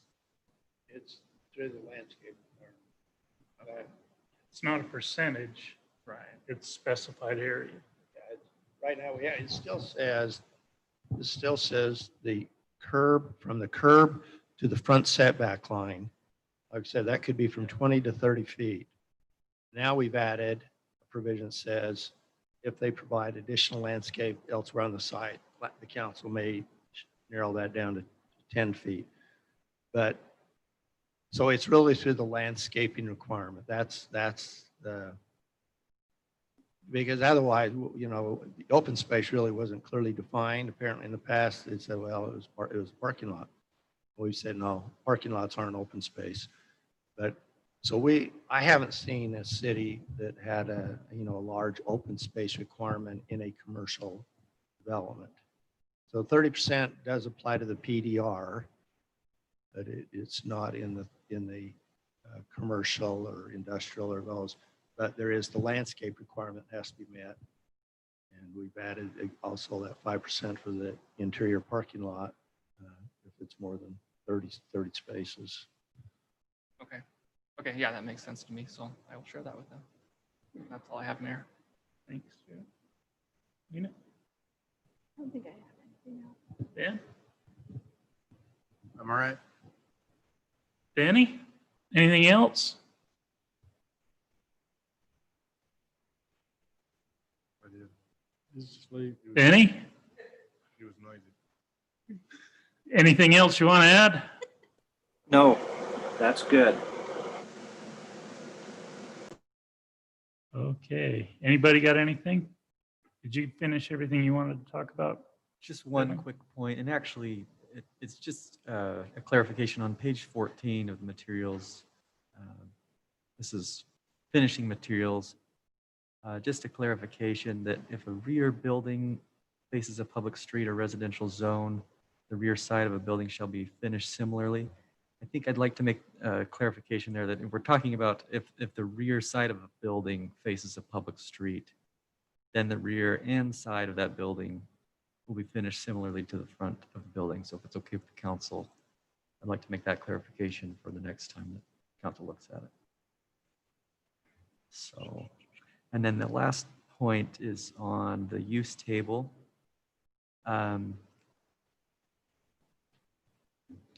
There was a comment from the council that we're kind of redundant in all of the schools, and that's why you see those red lines. If you look at the use table, we just kept school in there, but deleted these others. But in thinking about this, I wonder if we do actually want these different types of school classifications, because you may want, for example, in the commercial zone, to have a fine arts or performing arts studio or school. So I just wanted to run that idea by the council and just make sure that's okay if we bring those back, those different kinds. I know in the private colleges are typically located, smaller campuses. Can't think of the name. There's one over in Boulder Springs on the south side of the river in St. George. And the new project that's on the west side of the road, Riverside or River Road, there's a Stevens Henniger. Right. Stephen Yeah. Henniger College is there in that commercial zone. Probably a good use in there. The dance studios, same type of thing. Right. Yeah, I would agree with that. Evan. Okay. We'll make Council? that change for the next review. Yeah, I agree. Just one quick clarification. So Councilman Waite had brought up kind of an analysis of some aesthetic standards. So is the direction from the council to look into some of those standards and report back on the next meeting? Just wanted to make sure we're on the same page in that direction. I don't have a problem looking at them. I just think be careful. That's a slippery slope you can get caught up in. Okay. But if we can add some things to up the bar a little bit, but not getting to the point that we're dictating everything. And make sure it would apply to a small site as well as a large site. Yeah. That would be the other thing to be important, because we've got we got more than two. We probably got 4 existing small sites that are going to have to go through this process. That's and then just one last thing there. The more precise that we are on those, the more enforceable they're going to be. I know there was about shoulds versus shall. So if we're kind of, we allow a lot of flexibility, it's going to look like a should. If we get precise, it's going to be a shall. So it probably, based on your direction, it's going to be more of a standard based on what we're seeing in the residential side for density bonus. It would probably look like that based on the direction I'm getting from the council at this point. So we'll craft something for the council's review. Anything else, council? Comments on the ordinance? Okay, thank you, Devin. Thank you, Matt. Thank Bob? Item number 2A4 is discussion on city building, electric, and IT update. Brock? Yeah, so just some of the things we've been working on. I've mentioned to you, I think previously, about some of the updates we're doing. So we've just got some quotes from Pulse Sound. Come back and do these to help us facilitate our electronic meetings. And so we'll have them back on the 9th for your approval. But they'll make all of our electronic meetings much more seamless, easier to do. And we don't have anything really working in our 2 conference rooms, nothing upstairs. And so we'll get them started on that. But for down here in the council chambers, and these funds that pay for this will all be coming through the CARES Act, funding from the government, federal government. So for in here in the council chambers, it's $27,556. For the conference room upstairs, $12,675. And for in the conference room downstairs, $1,309. They're going to be putting in cameras. Upstairs will be roughly done exactly like the conference room downstairs. It'll have all the, be able to do all the little same touch panel type of thing. We can do HDMI. People can come in and hook up, have a camera, recording. We can do record meetings up there and everything. So we can have 2 conference rooms that can happen. We run into times where we have dual meetings that need to take place. And so this will help allow that to happen. And so downstairs really is just doing a camera, getting cameras in there to be able to facilitate because it's already there, which is why that one is so cheap. And then I say the one in here is a little more expensive, but a little more comprehensive to make sure our meetings in here, camera wise and sound and everything work seamless. So it's a little more expensive. So you're not doing anything out in this? nothing in the banquet room.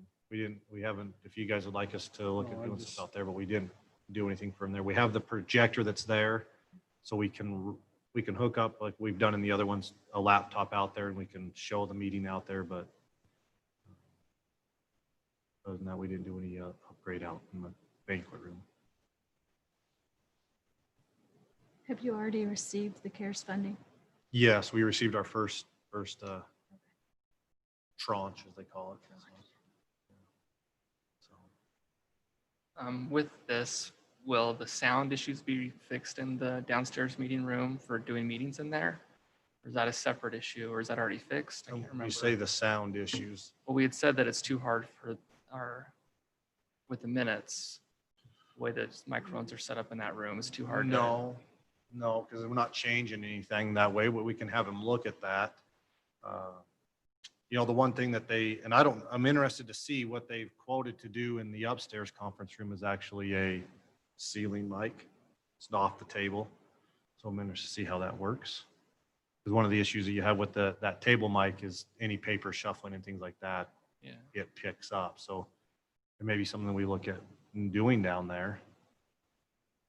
Yeah, I would like suggest that for sure. I'd love to do meetings in there again. Definitely more collaborative. So I'll talk to them about that then and see if we can look at doing something like that. Get them off the table and see if that would help things out. So Anything else on that? Questions, council? Can you just remind me on when we have to get other bids versus just taking this one? What's the process? Is there a dollar amount that has to go out for more? yeah, the reason we didn't do additional bids is is more sole source that this pole sound's done all of our other upgrades and we want the system to work and compatible. They know the system and have done it. They're bringing somebody else in that messing with the system a little bit, doing something different that they already know. They've done the updates on the conference room and in here that we felt that was more of a sole source that we could go straight there and not have to get multiple bids on it. So Okay, sounds good. Danny, any comments on that on your end? I think it sounds good. I think we need to get it done. Okay, next item is discussion of encroachment onto city property by property owners. This is up on where we walked the other day up by Wendell's house. That west piece, is there an exhibit in the box? yeah. Let's see. Every time I go fast in this thing, it goes black. Yeah, That's what mine did. You can blame, We're all you can blame blacked her out. still. that's why we need the new equipment, right? She didn't even hear So me. we do have some pictures. My meeting was last week was black. Priscilla, they're in under the pictures. Are they in under the teams? They're under the teams.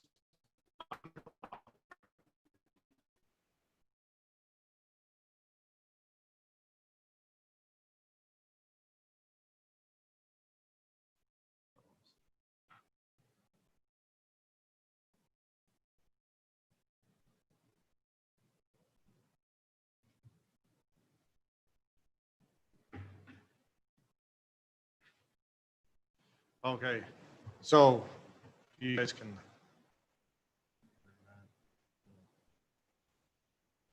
This, well, these are homes along the west rim. And there are some pictures. Scott and I went out and took pictures. These are showing the property line. They're pretty close. I can show you the pictures of where Scott and I actually did them. There's a couple from the drone footage.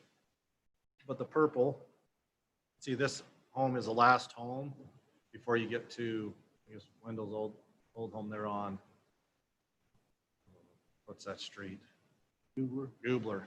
So you can see where that property line is and where he has concrete, a wall, and then additional concrete and a bench out there. You're talking about the home right next to my old home? Yes, is the next one. It looks like there's a little bit of a dip ravine kind of in between the two, but yeah, the next one up. I can't remember the exact address number, but I can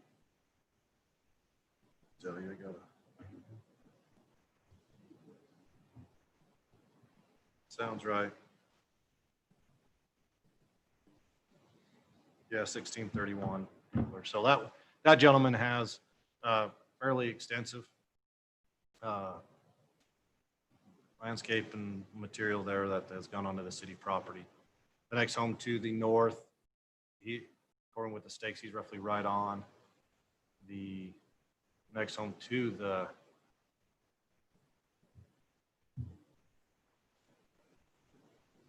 next home is kind of the same issue. Nope, back too far. Sorry. This home here. And this is starting in the cul-de-sac.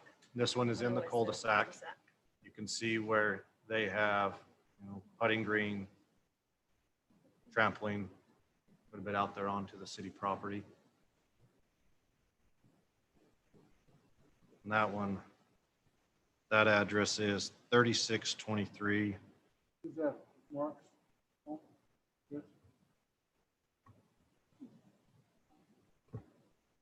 Because he's in the cul-de-sac. Vista View, maybe.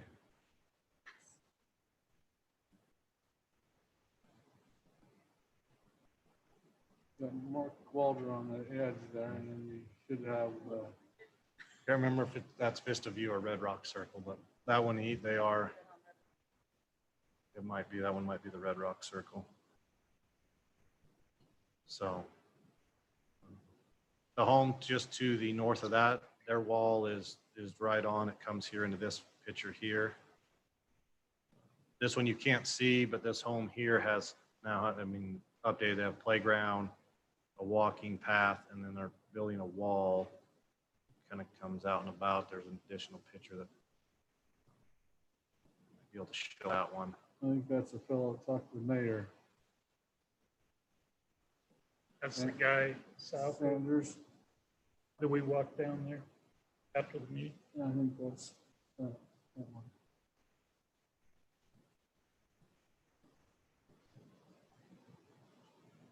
Find the picture. It's a little bit.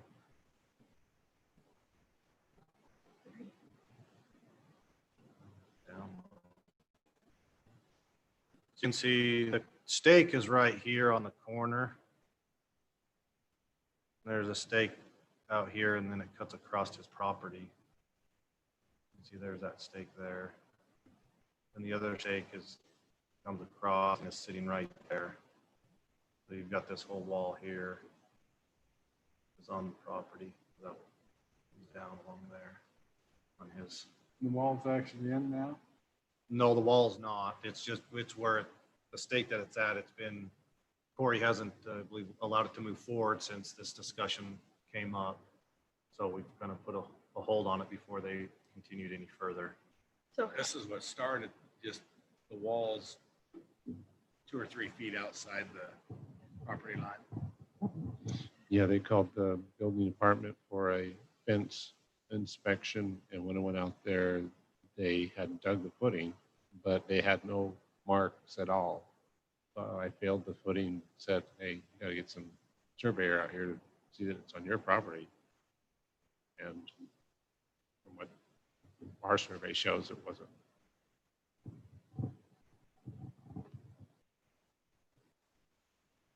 Those are kind of ones you can see how much they're Scott hanging out there. Where's the corner at? Rob? He's up there. I'm standing on the corner. This is the, where the trampoline, the putting green. I'm standing at the, I'm standing on the north corner, and he's on the south stake.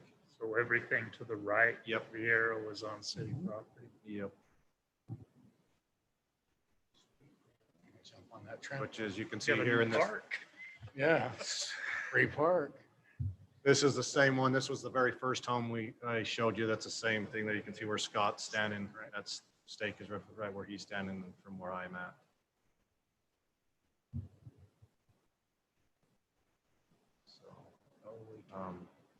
But we'll jump back here to this one. This one's kind of interesting. So this is the Steed property that we had discussed. So when I went there, the stake is actually posted right here on this corner where the stake is. And I don't know if it's there because they couldn't post up here because it's all concrete, but this is where the map shows, and the other stake is down here. I took a picture out there with Scott. I was standing up here, but I couldn't see him where he was at such a drop off. Yeah, there should be two stakes there. One, For the property that he there used. should be one right there, but there is, right? Yeah, there is one right here on That's this this corner. lot one. There, I didn't see That- anything Was up. there an X in the concrete or I- anything? I didn't There's a walk up wall on there. there. I didn't walk up on there. I think they've got the walls built right.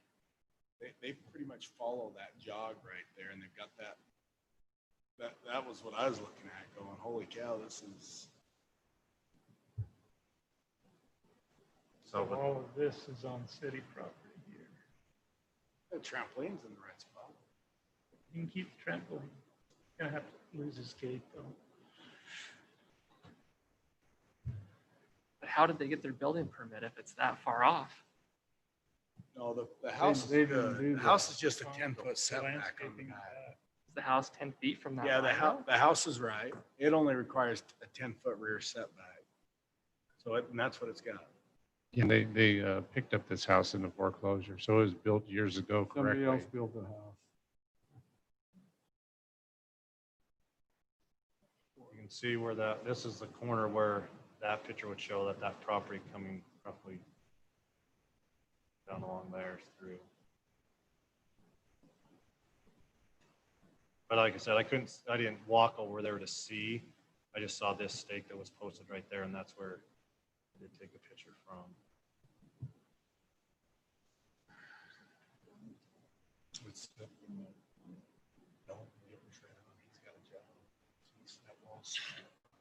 Where'd our attorneys go? They knew what we were talking about. So They- they bolted. They asked me to fill in the legal option. Shakespeare Esquire. That's right.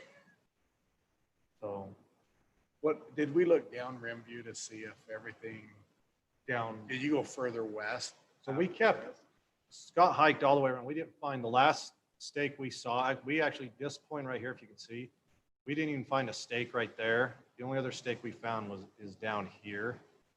And then hiked all the way, Scott hiked all the way along that rim and found nothing. So does Lowry's line come down that, it's hard to see, but it comes diagonally down to that corner right I think Yeah. Lowry's all right. Yeah, he's fine.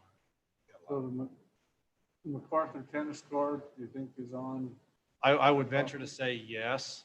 their property? Yeah, I'd venture to say, but not, there was no staking there to say, was we hiked, I mean, all along. The only thing that found out there was some, somebody maybe put a pipe for draining their rainwater down the side out there. You could find a white pipe dug into it. That's Daylighting that out there. Low impact development project. So, but Well, Yes, question, councils, what do you want to do about it? I've thought a lot about this, and the problem is we're in I mean, I think you put yourself in a bad spot if you start selling property and determine, I mean, this is here, but I'm sure this is all over the city. So if you run into this here, and but geez, I don't I don't think you can, to me, is it nothing more than sending a letter that states that just kind of covers us, that says you've been built on that so we don't end up 20 years down the road saying, well, we get this property now because we've been Yeah, here. they'll wish Matt was here. Yeah. The property will acquiesce it over time. If you don't, But if we Certain acted with a letter that just stated, you have encroached into city we can't,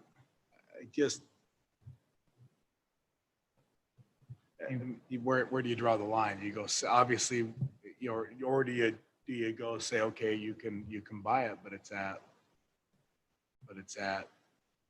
value, it's at the value of what land is. So if you want a quarter acre or a undeveloped land, you're gonna, let's say it's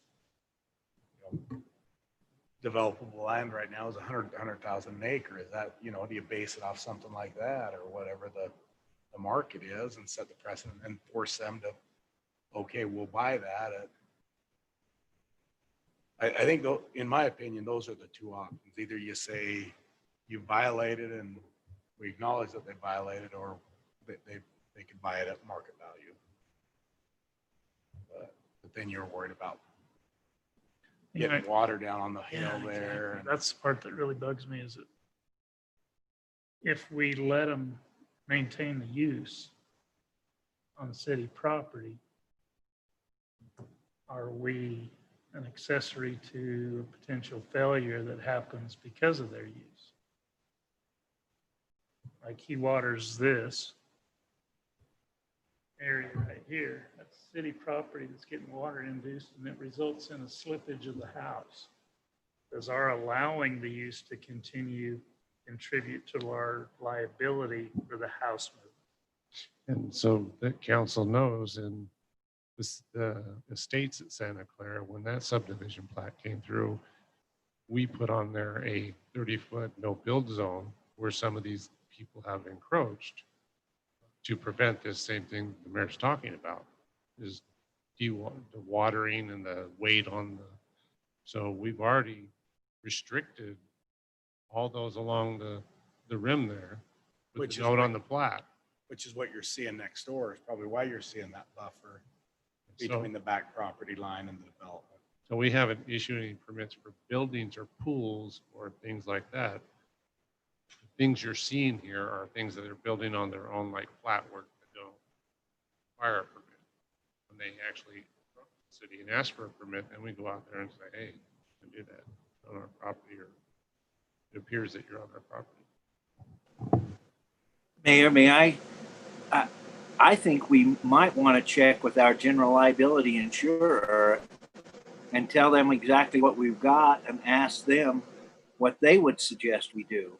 Because if the hillside starts to slip because of the watering and we haven't done anything, we've got some really major liability, as you know from the past. But to me, I would like to know what they suggest, and then also, once we get that, find out what Matt would suggest we do, because I think I don't know that I could even feel comfortable selling it to him with the fact that the watering of the face of that hill could cause landslide. And to me, that creates a tremendous liability for the city. By the way, I also want to apologize to you for the way I look, to the council and also to you, Mayor. I'll be cleaned up the next time you see me. You look like a deer hunter. You're on the mountain with your Uncle Buck's hat on. I don't expect you to look any different than that. If I zoom in from somewhere in Montana, I am not going to have a tie on, trust me. But anyway, to me, there's some input that we need, and I would think our liability insurer would want to inspect this and let us know what he would like us to do. We'll get a hold of them. Based on their response on the last landslide, I don't expect too much back from them, but we'll get a hold of them. To me, I think we have a tremendous amount of liability exposure that we need to notice them and actually I don't think we can sell it to them, noting that that water could cause considerable damage. I think we've got a responsibility to reclaim it, but I mean, I would love to hear what they have to say. That'll-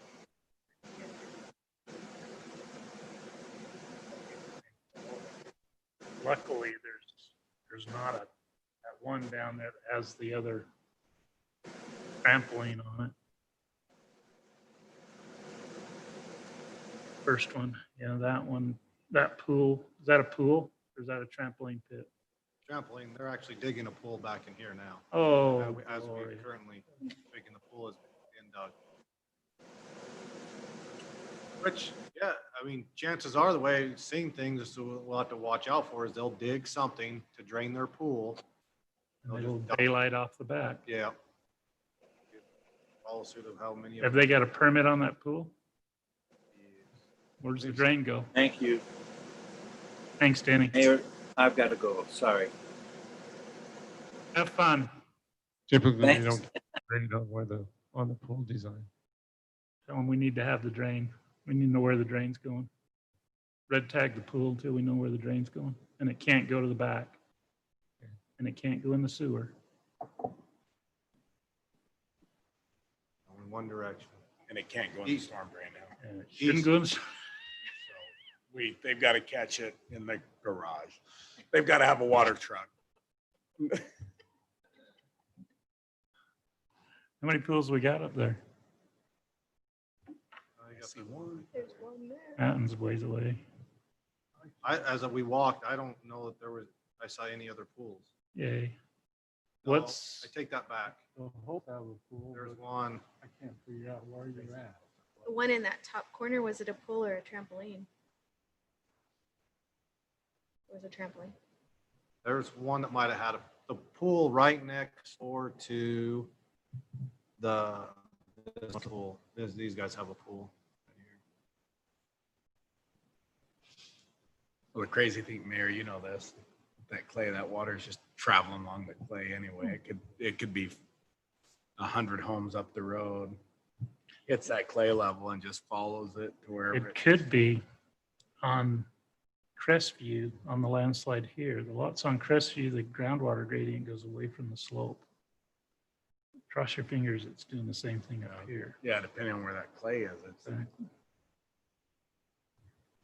But it's something that, I don't know.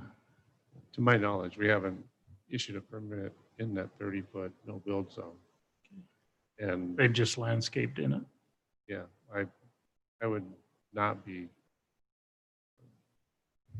restricting pools where they're allowed, as long as everything's. Well, they just can't drain it to the back because that's what happens to them. They go to the closest slope.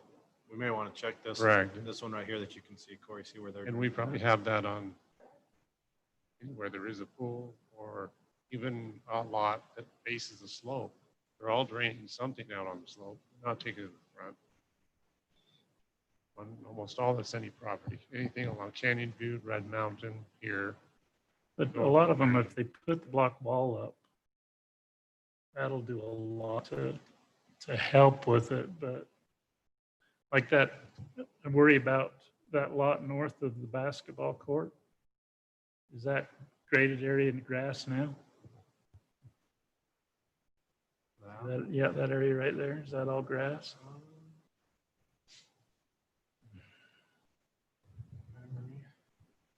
Anyway, we probably just need to put them on notice that the addition of the water up there, and we could get Jim Norquist to help us with the verbiage. But we probably need to notice them that the ones that have encroached need to be put on notice that they have encroached. I don't know what to tell them other than that, but we're considering what to do, but put them on notice that there has been an encroachment and they can't do any additional improvements or future improvements on city property, so that they don't keep spending money out there. And that council's gonna meet, we'll invite them to come and participate in those discussions when we decide what we're gonna do. Yeah, I like that. Just at least so it's been acknowledged. Sure, let's put them on Don't notice. go out If there and, they're doing that, that it can be problematic.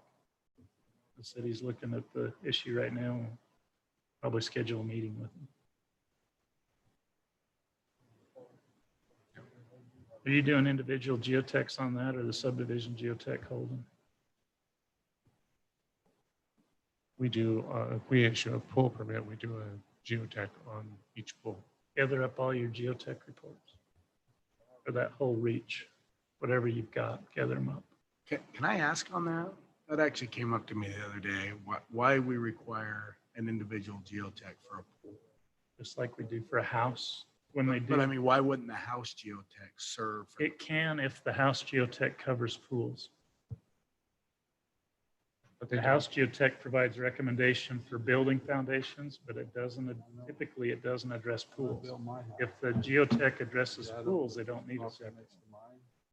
And the reason why is because usually the pool's 8 feet down in the ground.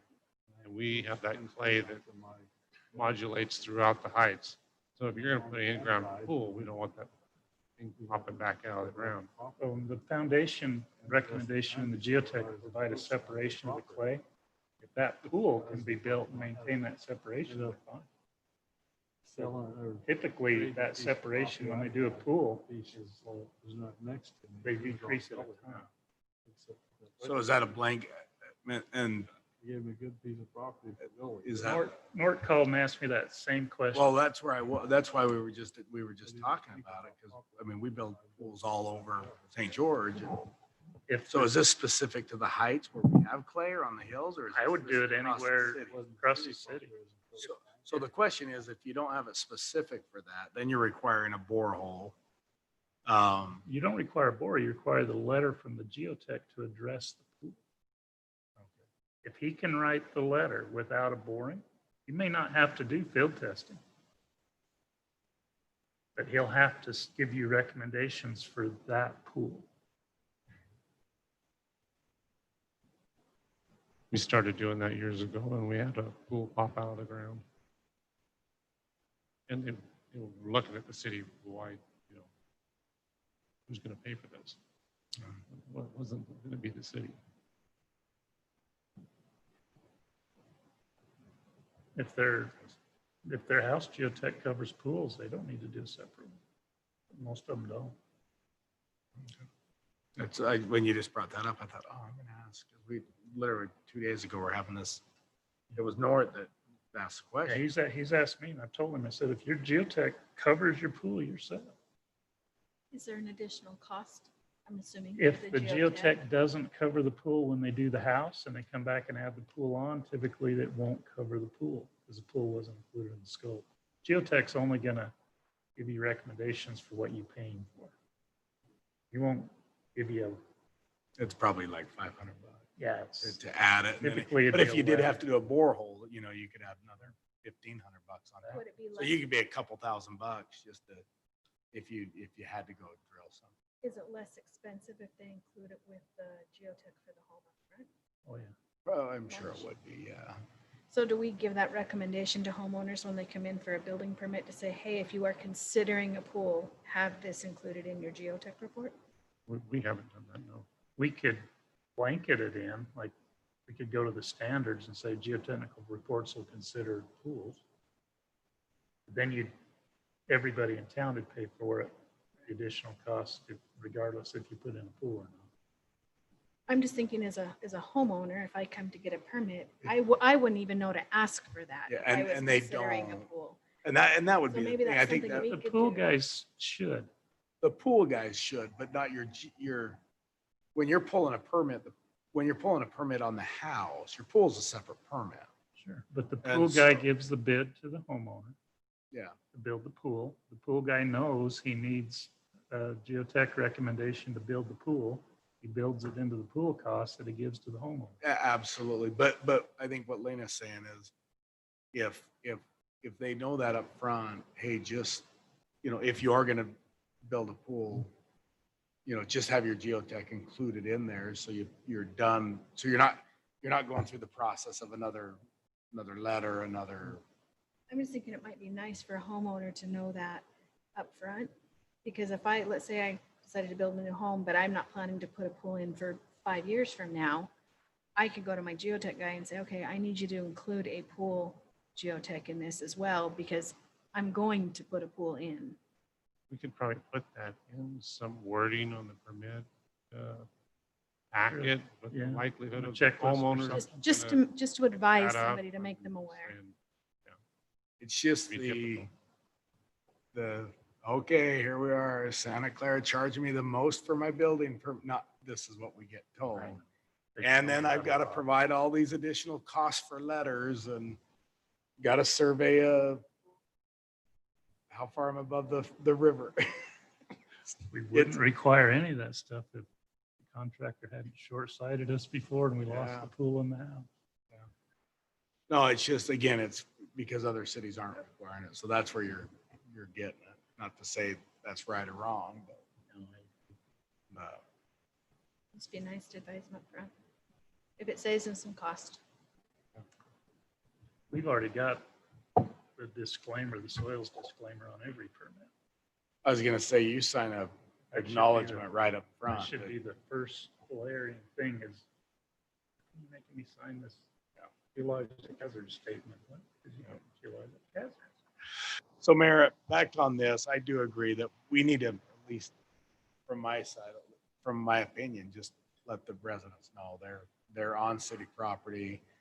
I don't know from me going as far as you've got to take it up or move it or whatever, but if we want to sell it, great, sell it at market value, but if that puts us at a liability, then Well, and maybe, and we'll have to talk to the insurance carrier, but maybe if they can bring us a geotech report stating that what they've got there is not going to decrease the factor of safety for the slide, then we would consider selling it.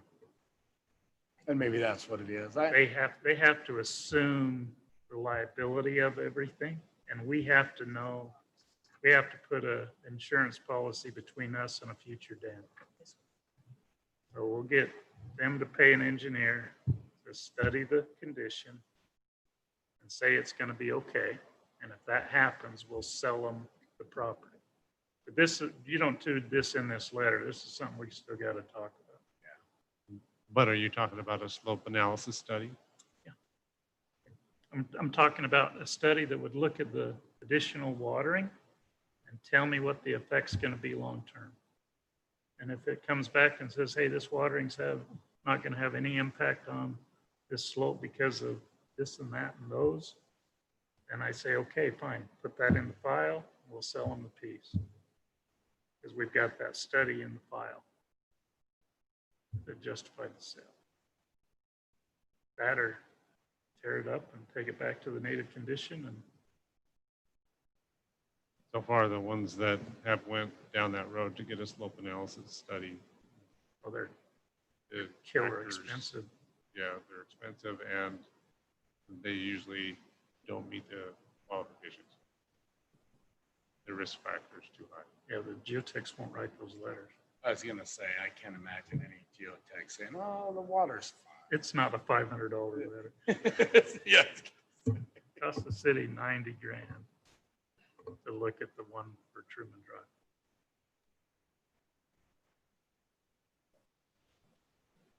So it's unlikely that we would go that route. It's unlikely, but it's an option.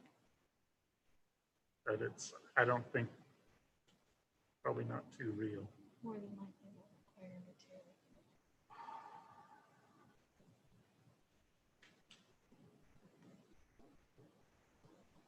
So we'll call the insurance guys and we'll talk about it some more.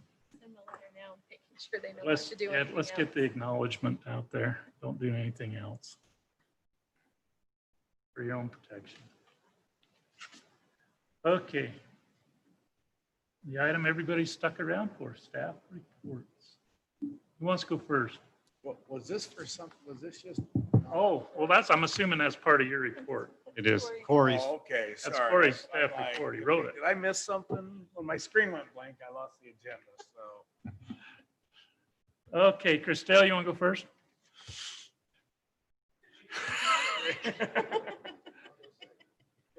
Okay. Bob wants to go second. Bob?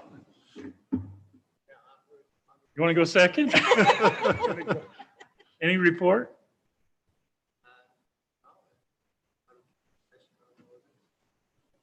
Okay, you're good to go. All right, now the paid guys. Chief Hancy. You didn't come straight to the podium. Yeah. Going third. I thought he was leaving. You thought he was taking off too?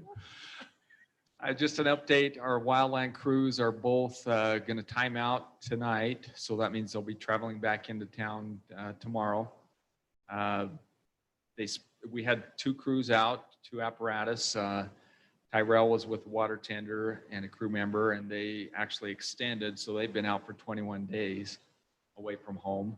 So they're excited to get back home and be back in town. They've been over in, well, they've been to several different fires, but most recently they're over in Carson City, Nevada. So they got a little drive back to get back in town. And then the engine crew has been over in Winnemucca. And so they'll be on their way back tomorrow too. And we've got them till the end of the month. So we've got them around for a few more weeks. And then the seasonal guys will finish out their wildland season. We had we've been busy with our call volume has been increasing recently, so we've been doing well that way. And we just started our hazmat operations class tonight. That takes those folks that were here that I introduced a few weeks ago. That'll be their final class for their certification. And just a reminder, they've started back in January, so this takes them through October. So it's nearly a year's worth of training that these folks have been into. They're seeing the light at the end of the tunnel now, so they're getting real close. And yeah, that's about where we're at. Any questions? Yeah, the car that flipped in front of Santa Clara Elementary. Oh yeah. I just read the news story. Do you have any details on that? And maybe it's a question for Corey too. Like, was it really a big pile of rocks in the road that they hit, or kind of how did that work? Yeah, so that was kind of interesting. From what I understand, there was a pile of gravel out in the road. The driver went over the gravel, which caused the car to flip onto its side. There wasn't any skid marks, and there was quite a gap between the pile of rocks and where the vehicle landed. So they must have been airborne or on 2 wheels for 20, 25 yards or so before they landed. But yeah, that was the cause from what we understood for that rollover right in front of the school. Were they impaired? Like, how did they not see The a driver pile of wasn't. rocks? Is looking down. I don't know if the driver was distracted or looking somewhere. I mean, it had to other have been, than- right? Yeah. What that's a road was it law on? enforcement question. Right in front of the Front of school. the It elementary. was on Crestview. So I'll tell you what, I Drive. live on Crestview. There are, I mean, you got the RV move, thank you, but there's trailers that have been on there for now 3 weeks just below us. It's just people, you'd be amazed at how your visibility it just moves enough that if you're not sharp, and there's a lot of traffic, there's a lot of cars parked and trailers, and I don't know, it's funny how, like, if you're going to school and you're not paying attention, because it's literally east-west. You get the sun in the morning and the sunset at night, and it is blinding if you're not paying attention on that road. Yeah, we've had cars drive into the back of parked cars. Yeah. Because of the sunlight. No, and those trailers just down below me, you can't see them. They're black. There's no tail lights on 2 of them. And they've literally been there for 2.5 weeks now. Sitting 3 of them right on the road. Encroachment officers on them, is he? Well, they got, Our ordinance guy. we had the RV. I can explain that, Mayor. I don't want to get too irate about this. You know my background with 29 years. Okay, if it's on a public street, it's actually a law enforcement issue. So, and I've had this discussion with the guys upstairs. So, code guy goes from the curb back, all the yard and all that, and there is a lot parked on our street. Yeah, It is a danger, especially for traffic. well, and it's, again, when you go back, the dirt and the rock, I could see very easily if it was a, The dirt and the rock is a code enforcement issue, right? Actually, with the encroachment permit, right? Right. On the building side, yeah, we can take action on that. Yeah, the contractors, landscape contractors are notorious for coming and dropping rock all the time. Red's on them. We try to monitor them best we can. Try to explain to them, hey, you need an encroachment bridge, you need cones out there. It's not just your liability, it's the city's liability. Dumpsters, another thing, they take them great big old long dumpsters and drop them on our streets. The little box ones, the long ones. You know, we've tried to contact the dumpster companies and say, hey, quit dumping them on our street. We really don't have any way to move them once they do dump. Just contact the contractor and get after them. Be great if we could get our own impound yard and just haul them suckers to the impound yard and tell them to pay the fee to get them back. That would put a stop to it. Same thing with gravel and stuff. We ask them to get a encroachment permit. They don't do it within, the day. Get Dustin's crew out there with a truck and haul that stuff off to the impound yard, and they don't get it back until Which we have several times. you have hauled. You have Yeah, hauled we've it hauled out. it down to our yard, and still on a public street, I can tell you from the past, it's okay. We used to call the county and say, get some trucks out here and scoop up all this gravel. It's ours for free. You want to go pay it back? We can pay it back. The towing service is a little different down here than it is up like the valley. Because as a cop up there, you just call and say, give me a tow truck out here. They send a tow truck like that. Take that trailer away. I could care less. They want to go pay for it out of the impound yard, they can, but that's where it's at.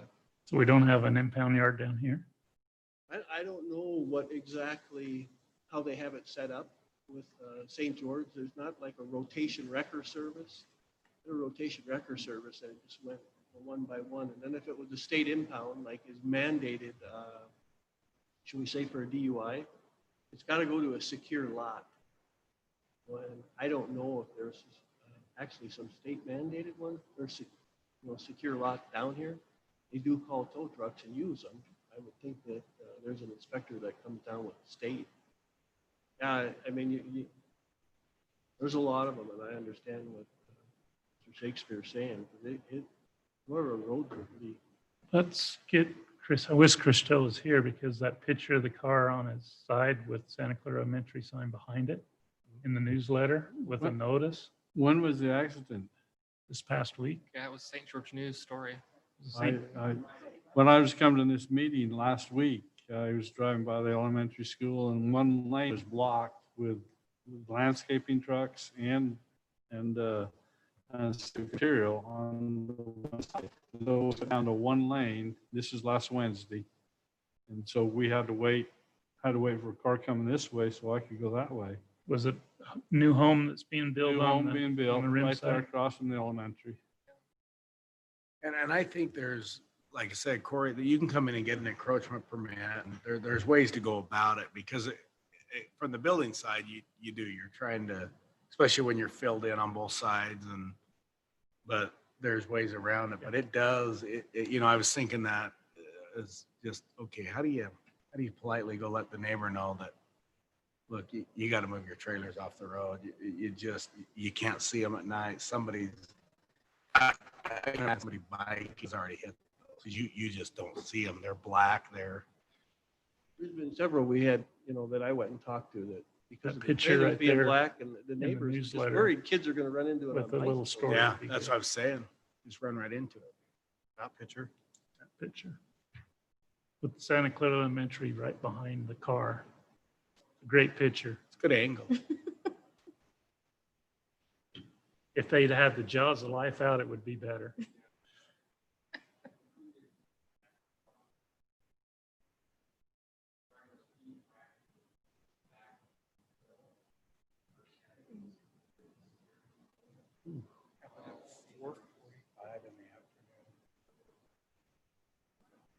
must not have had a seatbelt on. Right in the middle of the day. This is right before 5 o'clock. But wasn't I can sun- take that It photo. wasn't do a an sun article issue. Would have been a sun issue. about parking and our ordinance and everything in the city. Can they do The an next encroachment? newsletter. Can they do the encroachment permit online, or do they physically have to come into the city to get it? No, they can do it online. The problem is these landscape companies, we probably ought to send another notice out to the landscape companies and say, hey, you're going to dump debris in our roadway. Could be gone next day or. Well, make sure whoever's having it done, the homeowner, the contractor is alerted to the issue too. Because he's not immune from the liability. Right. Or isn't there a fee associated with an encroachment permit? Is there a fee? Yes, either $20 or $50, depending on what they're doing. Yeah, that was like the pool guy. We told him we needed an encroachment permit for his pool today, and he wasn't too happy. But he's running equipment over the sidewalk and over excavating his pool, so it's just one of the requirements.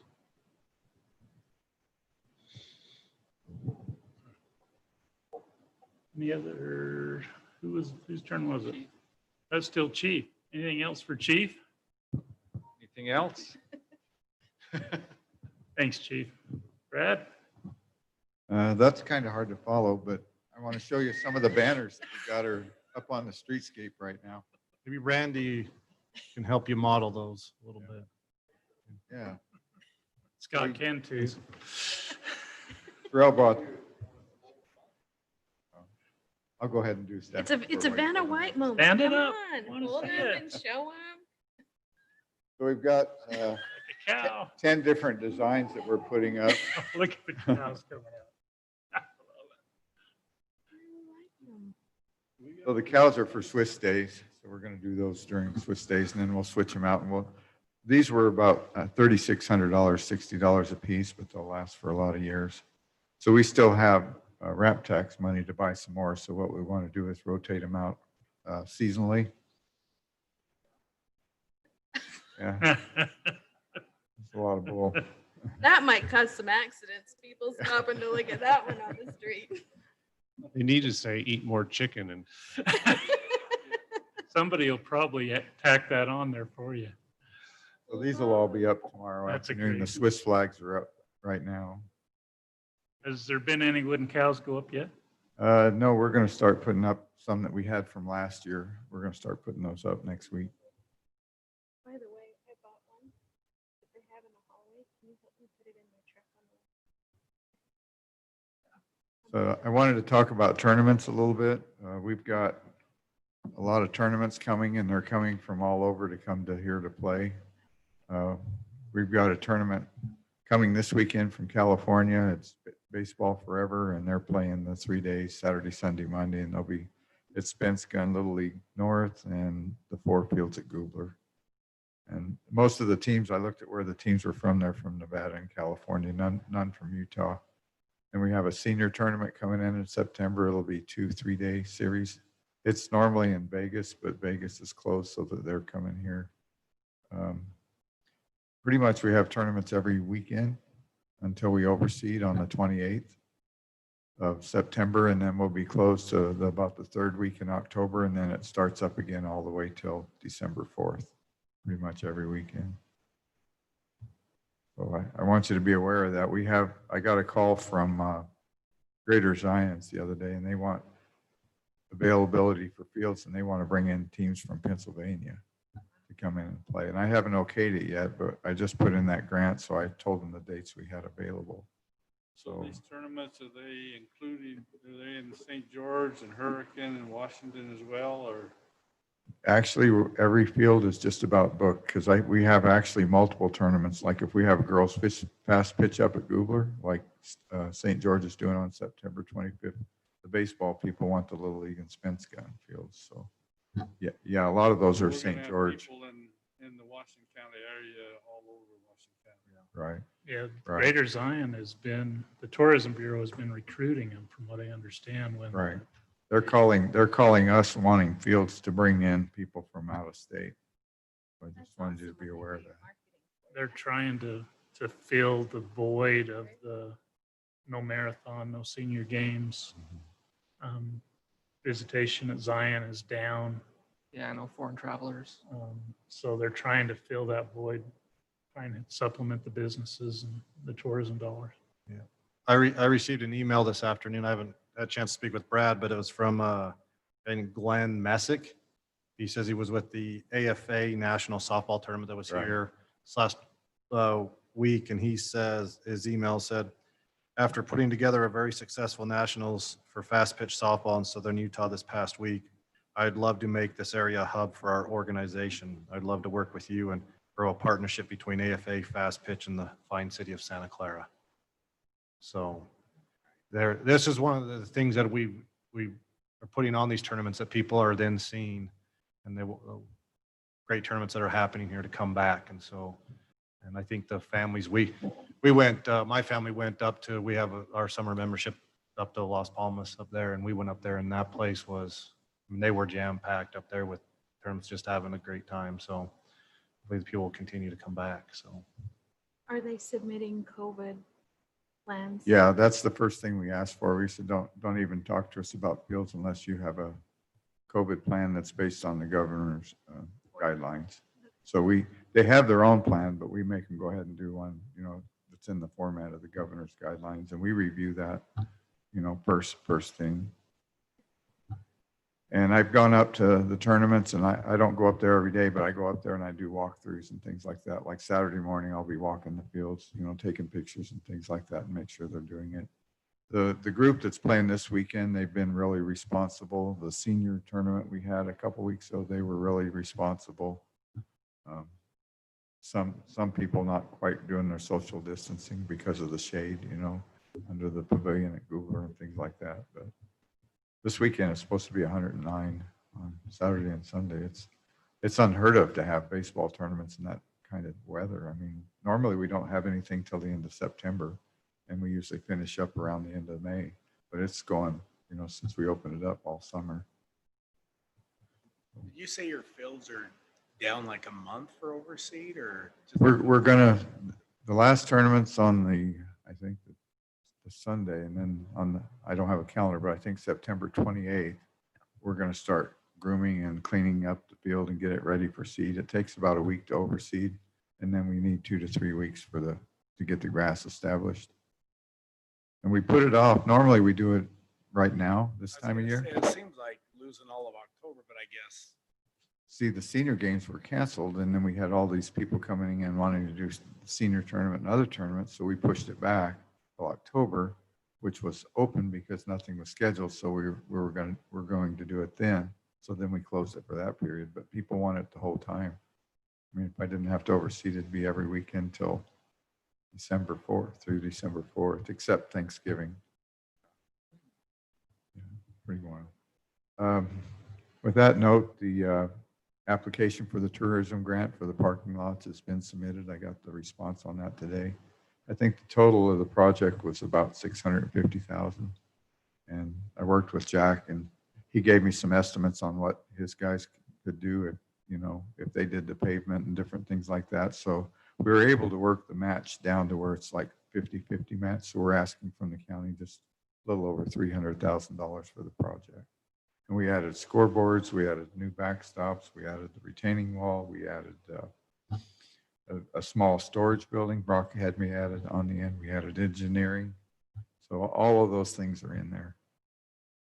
So I don't know when the money will come in, but when they called me from Greater Zion and the tourism, I thought, well, we just put that in. We have to at least try to accommodate them if we can. So Brooks Shortlift, he's been with us for about a year. He's taken another job over at Washington County for better pay. So his last day is actually going to be, he's going to work the tournament this weekend, but he'll be done after that. And we were hiring part-time people to help fill the void. When we had the COVID start out, all our baseball tournaments just died for a while, or that's not a good word. They stopped for a while. So we laid off our part-time, and we brought Brett Roundy back. We've hired one other new person, and I've got another guy that is on vacation, and I hope to hire him. So hopefully we'll have a field crew back and be able to keep up with everything. And we've got a full-time interview tomorrow morning to replace Brooks. So a couple interviews. I know I'm forgetting something. Oh, the trail, the lava flow trail. It's complete. I still have 2 signs that are on order to be put on Rachel Drive where the crosswalk is, but we've completed it. All the money has come in from the state, and the St. George City's paid their part, so it's complete. The Swiss Memorial Park, we're working on the landscape now. We did pressure tests on the secondary water, on the irrigation water in the spring, but it was a really wet spring, so a lot of people weren't using the water. And we set up at your request to put that on secondary water, but we found out this time of year that the water pressure is not very reliable. It runs between 30 and 60 pounds, so we're going to add a pump in there so we can use the secondary water. Culinary water is at about 60 psi. So no matter which we're using, if we have a pressure drop, we'll be able to maintain the water on that park. So hopefully our tables and garbage cans and all of the amenities for the pavilion are sitting in Las Vegas waiting for a carrier to bring them. I talked with the landscaper and the contractor this morning. They're going to get started on replacing the trees and the grass and taking care of that. So we should be done the end of this month, complete 100%. Okay. I think that's all I have. Questions for Brad? Good report. Thank you. Brad. I do have a review on the playground. My kids went and enjoyed it on Sunday. I sent Brad a picture. They loved the new playground and really liked the wood structure to climb on. They thought it was amazing. So they were very pleased. I told them what the original plan was, and they were very glad that we did some upgrades. Thanks, Brad. Corey? So we had a little run on building permits for our impact fee study on the 13th, went into effect. So we're up to 34 homes. I think that's about half of what we're halfway there for the year. 34 homes, or 70 or 80, somewhere in there for the year. New home permits in the plan review process is 4.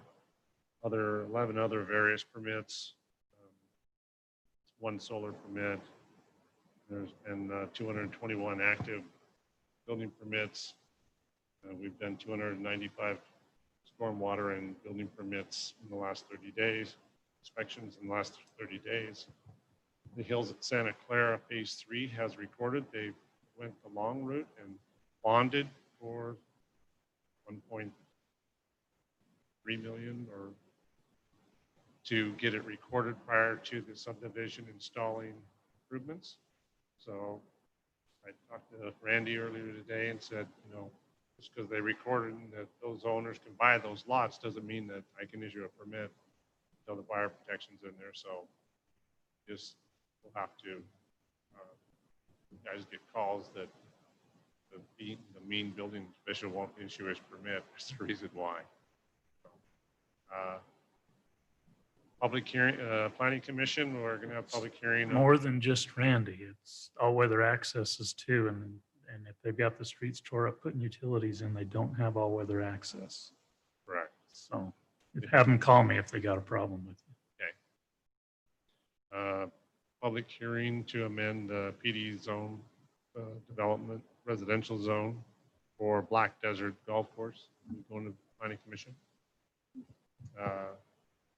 That'll be a public hearing for conditional use for that 18-hole golf course. Also, public hearing on the proposed amendment to the elevations drawings of the PD that we discussed associated with Jim's RV in the commercial zone. Did he get the boundary line worked out? With Bush? Uh-huh. Yeah, Greg Gantz worked it out. Bush said that fence is the boundary line, and Greg and his partner agreed that they didn't want to fight with it. So my understanding is Greg said, I'm selling the property to Jim Downs and they can proceed if they want to with any further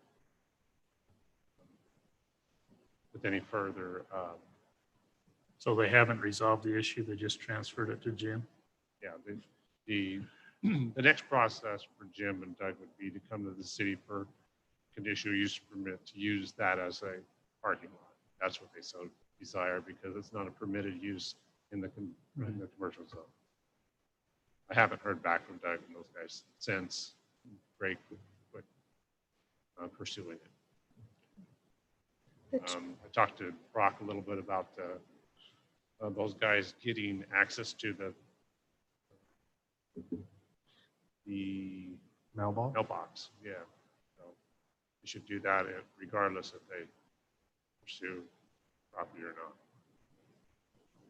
The cargo container that's sitting on the vacant lot, Greg's ends. Greg, I made Greg get a building permit for that to use it as storage.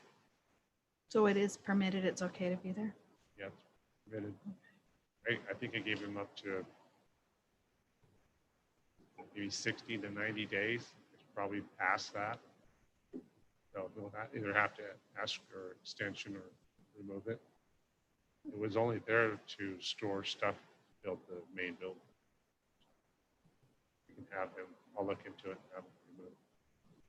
Unless he wants to extend the permit, there's really no reason for it other than storage. Right. CO's been issued. Scott has opened and closed 15 work orders in the last month pertaining to code violations. Miscellaneous, we're working on miscellaneous repairs to the building. We changed a little sidewalk out here by the back door because it was a trip hazard. Got a leak in here on our main water line. We're gonna have to look at the water's so corrosive here that it's eating the insides of the pipe, creating leaks. I need to get with a mechanical person with a lot of knowledge of water lines and systems to determine whether we need to treat that water before it comes in the building or whether it's the galvanized piping that's a problem. But about 6 months, a year ago, I had Eric Dancy with A&E change a pipe, little section of pipe out, and it was like 60% corroded on the inside. Now we're finding out that there's other leaks that are happening with those same kind of nipples. Is it in that system. inside or outside the building? Inside. So it's dripping right now, and I haven't contacted him today. I haven't heard back from him today, but we'll get somebody over here before it becomes more than just Corey, that could also be a grounding problem. You've got the electrolysis problem. It could be a grounding problem. Electrolysis. Grounding. Grounding. Yeah. Cathodic protection. You might need some cathodic protection. But what's in there is, if it's that corroded, we probably need to replace it before, have somebody evaluate and replace the pieces that need to be replaced. So we'll get it evaluated. Is it the water or the geothermal system on your? It's the main water line coming in that I'm replacing the piping on. It's not the geo system. The geo system is treated to. Yeah, I was gonna say it's gonna have methanol in it, but Yeah. and have corrosive. The guy comes and tests that water continuously. So it's just the galvanized nipples on the water main, just on the riser then. The building's probably copper, the rest of it, or bags or plastic. So we'll look into that. And then we got a request from the owner of the Dollar Tree, and that's this document that I handed out to you. They're requesting a reduction in their impact fee. I gave you this first sheet's a timeline of when the Dollar Tree came. They asked when they proposed the Dollar Tree. They came to the building department and said, what are our impacts going to be? The second sheet on here shows you what we provided them and told them, now this is just a draft. This is just an estimate. But as you can see under street impact fee, it was $34,808. That's their big issue. As you know, the new impact fees went in for streets on the 13th. And the third page, street impact fee, went up to $60,933.90. They're requesting that they be grandfathered, but talking with the mayor, be grandfathered technically, they would have to have all their plans submitted and get that permit prior to the 13th enactment of the fee going up, and they didn't do that. They were behind the time, so they're requesting to come to City Council on the 9th for a reduction in that street impact. The mayor's talked about traffic study being done for the trip and how to determine street impact fee. And there's, right now, our code basically says a high quality and a low quality store. And there's a different price for it. And we need to look at. Not quality intensity, high intensity retail versus low intent has to do with the daily trips, not the quality of the product. Yeah. Daily trip. I won't say what I. So I think Jack, the developers, architect talked to Jack, and they were talking about getting back with a study and maybe breaking up that tier so that there's more options in the tier for trip generation. But that's basically what I'm bringing to get your advice on. There's a couple of extenuating circumstances too that probably need to be considered even more than I mean, there's three things that we want to check. First, we want to check that the fee was assessed properly, that the use is identified properly, and so the fee is determined properly. We did give them an estimate shortly before that was half of what it was when they went final. They did have, from what I understand, their application and everything was submitted and complete. Fee wasn't paid prior to the 13th.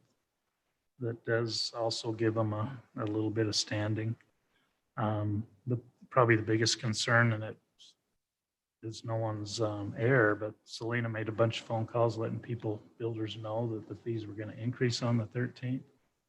And that's why we said you got an influx of permit apps, but they failed to call Dollar Tree. So that's probably the one that's wearing the heaviest on me is that we made the effort to notify everybody, but we forgot them. So that may give them their grandfather standing just in itself, but that'll be coming to you guys for discussion. Rob? So go ahead, Lionel. Question I had, looks like the Dollar Tree submitted for a building permit on June 23rd. Is that normal to take that long from June 23rd to August 26th to get approval? They went through I'm guessing the normal commercial plan review process. They did. So it's. If they would have paid this fee with their plans, On the 23rd of June?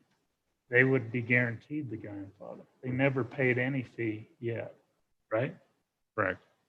So the application isn't necessarily complete without payment of the fee.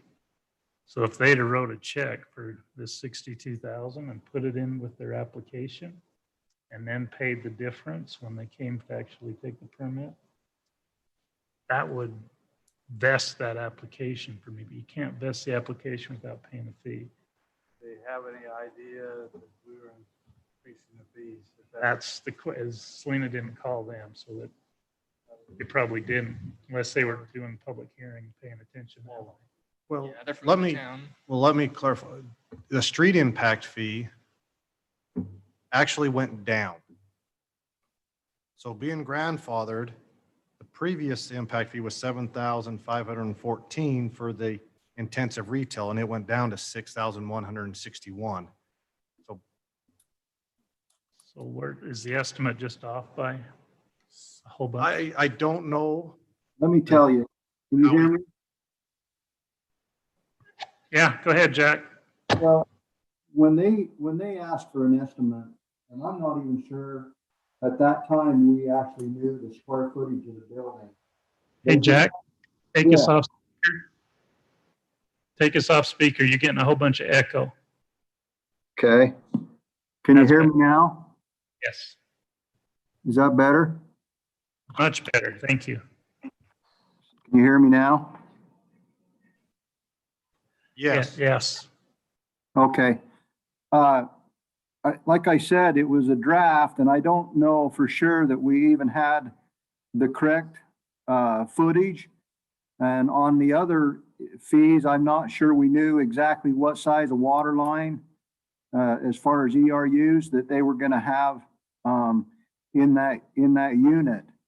And so, Selena made it sure, told them that, it was a draft and that we'd have to get them a correct one. So that is part of the problem there, is we didn't have of all the information. They just kind of wanted a rough idea at that time.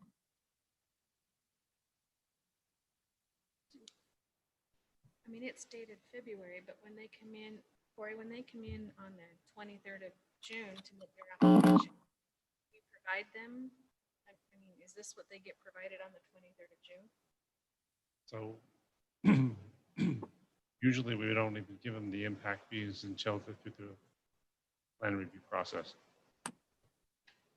They're not ready for a permit, but if they come in early, like Jack said, we try to provide them, anybody, a homeowner, if they're trying for a loan or something, we try to give them the impact fees. In this particular commercial incident, they didn't have the information we needed to give them the impact fees. We didn't know whether they wanted a 3/4 inch meter, et cetera. So they weren't quite, they didn't give us enough information. We give them all that information. That's why he told it was a draft. That answer your question? No, but that's okay. I understand this was a draft that was done in February, that they came in June. And this, I'm assuming this is what they were given when they came in June. This updated one was given to them after August 13th. This third page was the one they were given to after the fee increase. So when they make, I guess my question is then when they make the application, do we not give them something that says, here's what these are going to be? We don't do that clear until August? So when they submit for an application, a building permit application, they can ask for, an estimate of cost. And so that's what we gave them, the second page here. But And that went to them in February. Yeah, I think, and only That's fine. the estimate in February, in hindsight, shouldn't have happened because we didn't have enough information to truly give them an estimate. And that's a concern also when the plan review come, then you find, okay, what is the water meter size, those things, then you can try to figure out actually to what all the impact fees are going to be. Until you know that, we can't, which is the hard part of giving the estimate. And it probably shouldn't have happened because it gives a false sense of where they're going to be. So in hindsight, that's one thing we can change to not do. The hard. I don't have a problem giving the estimate, but what should happen is within a day or two of submitting the plans, they should have that fee so they can pay it and vest their application. Because that application isn't vested until the fee is paid. So by delaying telling them what the fee is, they never have the opportunity to vest their application.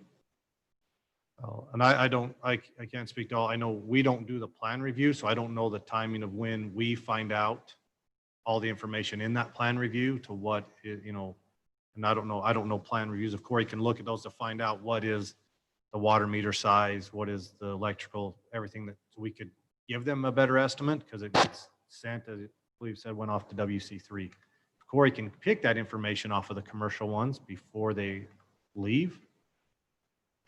Well, WC3 is not checking your water meter size and that stuff, are they?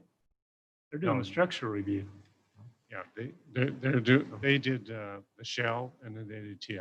Sure. So but everything on this sheet can be done in-house, is done in-house.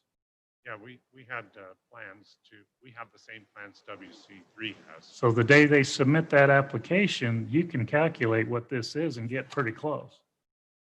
Yeah. That's the part that should happen. But it doesn't, because you get all the corrections on the plan. They don't get the permit. I'm not talking the permit being issued. I'm talking about vesting the application. And what that does is that the laws that are in effect on the day it vests are the ones you're held to. So if the city changes the ordinance after the application, you're not subject to it because you vested on the application. If you don't pay the fee, you don't vest until you pay the fee, which they still wouldn't be vested today. Yeah, but I would argue on the other side, you're not going to go write $100,000 check or out of your construction loan without having a building permit to start construction. Then you're subject to the changes in the ordinance between the day of the application and the day you write the check. I don't know. I've got an issue with this anyway, in the fact that, I mean, it's a $600,000 building in our permit.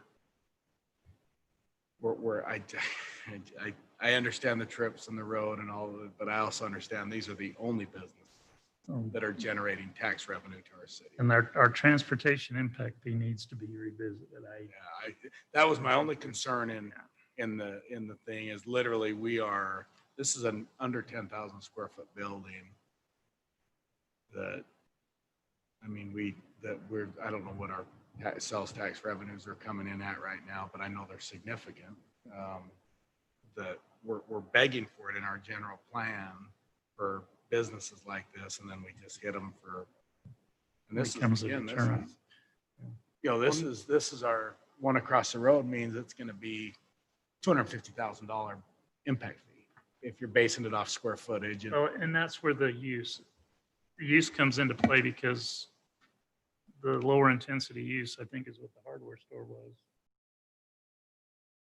And Jack's already talking to Sunrise about coming up with some additional categories to better fit. But I think council, you don't have to charge what's the recommendations in there. If you want to cut these guys a break, you can do it. And you've elected not to, but you can. You can lower that transportation impact fee to whatever you want. You just can't charge more than what they recommend. What you do when you do that is you're going to saddle your residential customers with paying more through their other taxes to make up the difference. Because the impact fee is based on need. And so we're going to say we're going to fulfill that need from somewhere else, but we want to provide an incentive to commercial business, so we're going to lower that fee for them. I'm cool with that. And the law is cool with that. That's up to you as a council to make that call. But this particular application is subject to the laws that was in place when it was submitted. So they would either have to withdraw or wait until we changed it, or something else. And in defense of other, we're finishing a building in St. George. It's not, the difference is it's full restaurant with 2 drive-throughs. And our transportation fee on that was, I don't know, $85,000, but it had 2 drive-throughs. So it was categorized totally different, but Drive-through out here is huge. Yeah, About, that's the only thing. 40, as a 48,000. St. George's, I believe is, I think I looked at today, I think theirs is 27,000. Yeah, it just as we understanding the tax revenue and the revenue these businesses bring. Again, that what's fair and right. I think there's that, but it is. You're looking at a building that's probably. I mean, we're 10% of probably what the construction actually is of this building when you're all said and done. I don't know. On words I got today, we started talking about trips. Is it 8 trips an hour? That's what I believe Jack told me. He was told that they're projecting 8 trips an hour. So over a 10-hour open, that they do 80 trips. Which seems like a whole lot of money. But if you take a residential lot, or they pay 3,700, 37.76. average 10 trips a day. That's $400 a trip. This store would be paying, would you say $91 a trip? If you did $400 a trip by the 80, it's like 32,000. But council can set that fee wherever you want to. And you can treat your commercial people different. You need to go through the process to do that, and that's not going to help these guys out if they're going to try and push.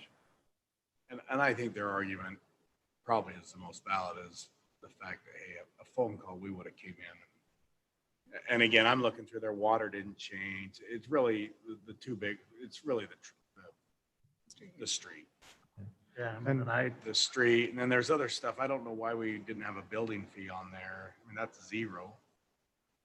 That would have been something. I don't have a problem giving them what they're asking for. They're still going to pay $30,000 for them. And as the mayor said, the hard part, I guess, a little bit to the staff is you have 2 categories, intensive and less intensive. Yeah. And if you go through the calculation per 1,000 square feet, based on this, the effective trip end units for less intensive is 1 trip per 1,000 square feet. So if you 1.03 to be exact, if you do 1.03 times 9.9, it's like 15 trips. And you say, well, they're going to do far more than 15 trips. So then you go to the intensive retail, which is 15.4 trips per 1,000. And you do that calculation, I think it's like 152. And you look and say, okay, which one do you think they're closer to? 15 trips or 150 trips? And that's where, for us, I sat there and looked, well, I would lean towards they're closer, they're going to do 152 than 15, which pushes to say that there would be intensive retail, which is a higher cost. But that's where those are just 2 options you have to try to decide which one do you push them to. I mean, we don't want to, love that it was not 6,100 and the cost was what it was, $60,000. That's the number that we have On there. Yeah.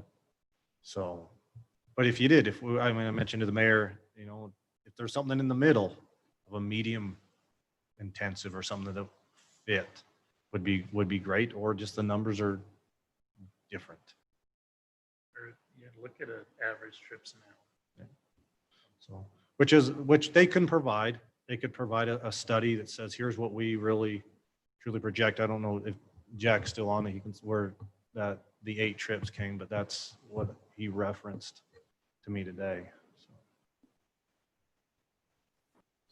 Anyway, that's just for discussion. The decision will come back next meeting.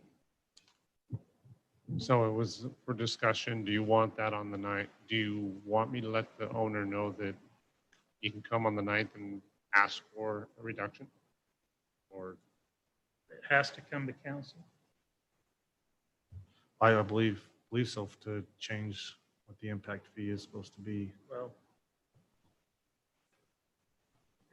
can you justify the $30,000 number with your current statute? The one that was given in the estimate? No, That a no, Jack? no. So that's just an error? Like I said, it was a draft. We didn't know the square footage. Not laying any blame. That's a yes or no. That was done, that number was an error. Yes. Okay. And we didn't give them anything else until August 26th. The $60,000 number. Yes. Okay, well, we'll have to talk about, because now that would be a, If they, just for sake of understanding, if they, when they came in on the 23rd of June, they had given us $10,000 towards their costs, does that vest it? I don't know that that would. If we had given them an estimate and they wrote a check for the estimate and recognized that it might go up or down, then it probably would. Because they paid the fee that we asked them to pay. And if we go through the review and the fee goes up or the fee comes down, they would pay a little bit more, or we would give them a credit back, but they would have vested the application with the number that we So when gave they came in on the 23rd, effectively, we didn't, and I'm putting this in quotes, sorry, but we didn't ask them to pay their fee because we didn't provide. Sounds like that's not our policy to ask. So Mayor, let me just add something in here, because there's a lot of zeros on here that we know the environmental impact mitigate. I mean, if you went in and said, okay,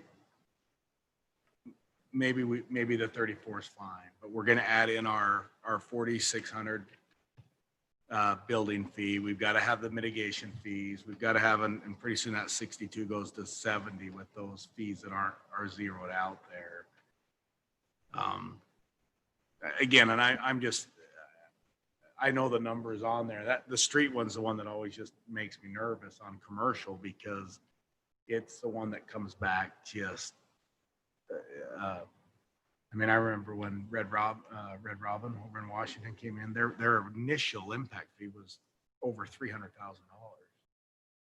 and this was a lot of years ago. And so again, on the city side, it's just trying to balance, justifying, going, look, these are you want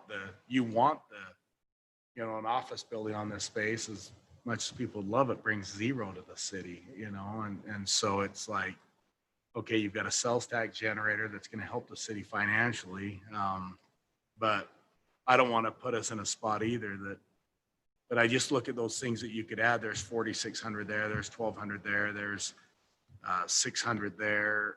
Yeah, the parks is not on there either. Is parks not on there? So See, you if you're going to give somebody an estimate, it's got to be better than this one. yeah, there's just a lot of zeros that we knew that. And so maybe that's the give on this is, look, yeah, And that's why when they submit their plans on June 23rd, within 24, 48, 72 hours, there's a number given. I don't think it changes this discussion with them, because I think you're sitting It down doesn't, there, but I think we need to, taking it back going, holy cow. I think guys, we need to do that process so that we don't have this situation again. Yeah. Because here's, Mayor? you've got a contractor, an owner. I mean, they're anxious to get going. Obviously, it's time value of money now. They've got investment in a property and, deadlines probably with corporate and everything else. So now they're backed in going, oh, okay, we don't have a lot of time. And I don't feel like as a city, we want to do that, but their time's important to them. So it's like, look, we want to get going, but obviously we can't without a building. What did we do when? Sounds like to me, we just need to hold off on giving them an estimate until they give us all the information. Because I feel for Jack when I go and say, hey, I need these impact fees, fill out this building permit application, and it doesn't have all the information. Don't give it to them until you have the information, or have them state the assumption. And then you can say, hey, the water impact fee for that 3/4 inch meter is this. If you change it, it's going up. Which is correct on there. The water was fine. But no, you know what I'm saying though, is that Yeah. we can give them an estimate as long as it's based on something, but don't leave it blank because you don't know. You could even add a disclaimer. Well, can you guys hear me? Yeah, barely. I got this put on my desk the day before I went in for my knee operation, the very last minute. And I did what I could do on the fees. And I I had to leave. It's all I could do that day. And so there was numbers that were not filled in yet. So I don't even know how they got a full report of the fees and I don't know that they did. Unless Selena called them and said, this is how much your street impact fees are, but we don't have the rest of the numbers. I don't know because I've been gone. But I got that at the last minute because Ben's exactly right. They don't want to pay until the very last minute. And that's kind of what they've done. We've been hounding them to get us the information. And now we're in this situation. But Ben's exactly right. They don't want to pay it early. They want to pay it at the very last minute when they're ready to break ground. So everybody's willing to take the risk that the fees are going to go up from the time I submit my application till the time you issue. That's correct. And I agree with what Ben's saying, but the problem is if we don't charge the impact fees, then yeah, you're going to collect some sales tax, but every bit of that sales tax is going to have to go towards the bridge. It's not going to be a revenue increase to the city. It's just going to be used on roads. I'm not, again, I'm just pointing out that there's got to be a balance somewhere. I don't know what it is. If we're going to push for sales tax generating businesses, the problem is those businesses are going to be your higher traffic businesses. So I don't know the answer. I just know what those numbers come out at, and it's a kick in the gut. So you guys get the big Did bucks. we do anything as a city with Harmon's? Do we give them any type of a discount type situation? Yeah, they negotiated a discount, but they also paid for the traffic signal at Rachel and Pioneer out of their pocket. So there was justification for giving them the discount.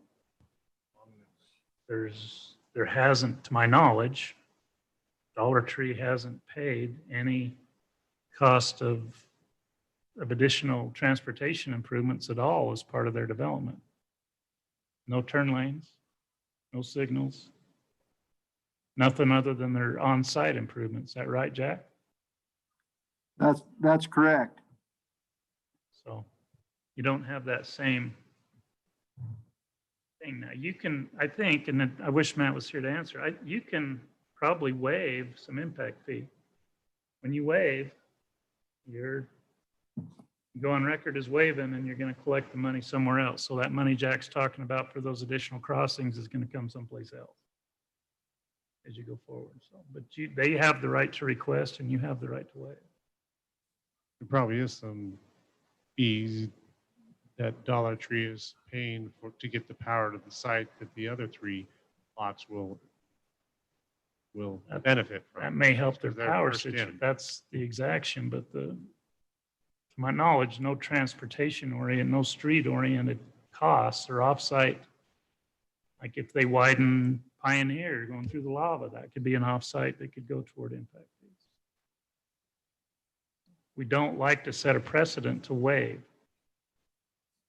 If you waive Dollar Trees, you'll waive O'Reilly's and Ace Hardware's and all of them. So the other option, I'm just looking at different options, is saying, well, our street impact fee is what it is, but because we didn't quote you on these other ones, maybe those are what come off. So now instead of being, but then you're taking away from the building fee, and I don't know. I'm just looking at everything out there. It's a hard position to be in. Yeah, because again, I look at that number based on the business that's coming in, size of business, and it's a big number. Do we know what the amount had been? So let's say Selena called him on the 10th of August or whatever the date was she was calling people. Do we know what their amount would have been? Yeah, the street, well, no. Jack's saying that 34,808 is not a correct number, then no. if they had came on that day and paid prior to the change, understand the change went down on the street impact fee. So it actually, the street impact fee Should have been lower. benefited them not, because it was 75.14 and went down to 61.61. So actually later on that part, because remember we balanced, parks went down, streets went up, public safety went up, tried to balance that as a more of a flat across the board. So I don't think the weighting would have really changed.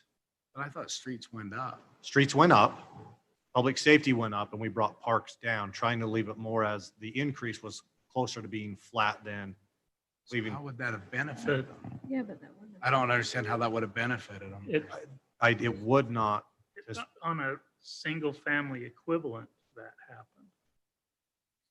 We dropped parks on a single family to accommodate the increase on street. But that doesn't transfer to commercial because the formulas are completely different. That makes sense? I think, but For a residential unit, it works. But on a commercial, since that street is based not on an ERU, it's based on a completely different number.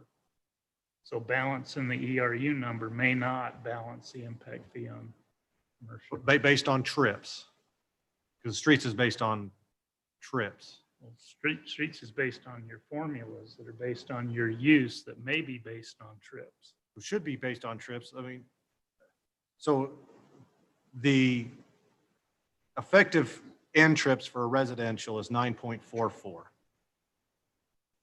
You take the 3776 and you divide that by the 9.44, gives you $400. You take that $400, math should work out, times the effective end trips of intensive retail, which is 15.4, gets you 6161. I think those are residential into I don't think that's how it's calculated, is it? It's calculated.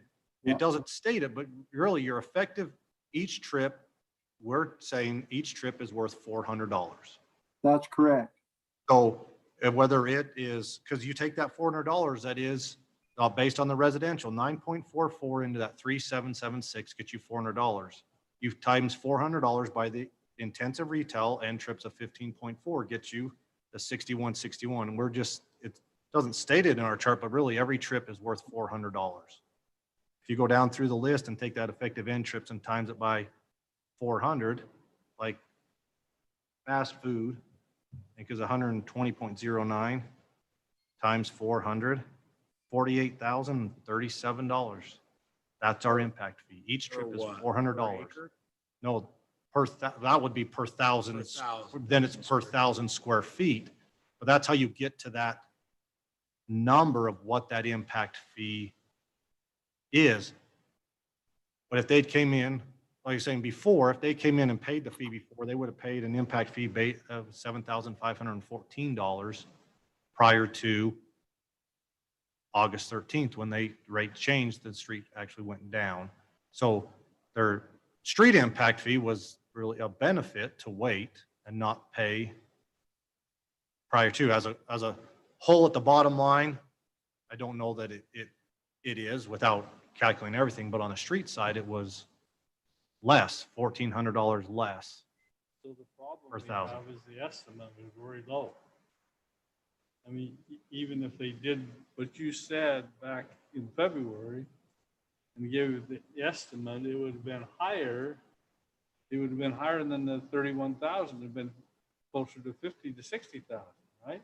Should have been 75,000. So the estimate was what killed us. It's put us in the bad position. And then it got worse because we didn't call Yeah, and it got worse because we didn't notify. We didn't give them the same treatment. We did treatment as you gave somebody else.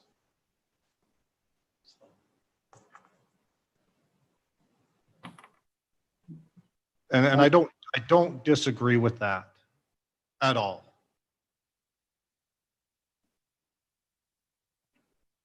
But the streets, their impact fee went down.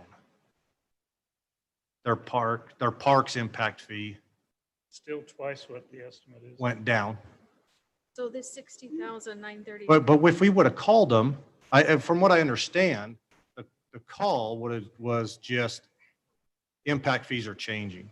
It wouldn't call to say what they would have been. It was just, hey, impact fee is changing. So if they would have came that call, like I said, I'm just on something, the call, I don't disagree with you that they didn't get the call and that it wasn't based on calling everybody else wasn't right. Right? Not doing it all, but I'm going to guess their impact fees probably less than it was before. I'm still confused at how the street went down. And we went from 27 or 28 to 38 or Yeah. 39. That was on residential. Yeah. But Down on commercial. I remember that, like commercial made out a little better. Well, that was because our commercial rates were ridiculous. I mean, we were literally 50, I mean, you just said it, 50 grand per 1,000 square feet on, we were 58,000 on a fast food and we went down to 48,000. So is the 60,933 that's on this June 23rd application date with the 826, that's based on the new rate? Mm-hmm. Yeah, and this 34,808, I just did the math. Jack was estimating it was about a 5,000 square foot building to get that number. Right, divide 34,000 by the 7,000 something, you get about 5,000 square feet. Is it bigger than that? It's 9,900. 9,900. Yeah, so it's a lot bigger building than we were thinking, or something like that. That's exactly what I think happened. We didn't have all the numbers. And a lot of times we get calls. I've got a call from Ace Hardware, and you know they're looking for estimates, but it's hard until you know exactly what the size of the building is and how many trips, so we can put it in the right characterization. It's really hard to do. So you can give them an estimate, and maybe that's what we need to stop doing, is don't give any estimates until they bring their plans in, and we give it to them then, and then that does away with anything. State your assumptions, Jack. If the estimate said for a 5,000 square foot building. Yeah. And they've given us a 10,000 square foot building, that's a pretty easy reason to tell them, no, the estimate's not valid because you didn't do what you did. And maybe there's an email or some kind of correspondence that can go along with the estimate and document that. And that's going to take their legs out from under them. We can go back and visit the fee if council wants to. On that formula, I was gonna say, you've got it for ACE, that formula works out to $170,000 for your street. That's what I'm saying. And if council wants to go back and say that our street impact fee is detrimental to future commercial development, we can do that. But we got to treat these guys with the ordinance that's on the books right now. So How big is Ace? How big is Ace Hardware? Start 20,000, 25, 25 or 4? 24,800, something like that. So you're gonna be 154,000. On the same formula based on what you had, yeah, 170. So I think you're 61 times 25. Gets you 154. It's still a lot. So anyway, It's a lot of money.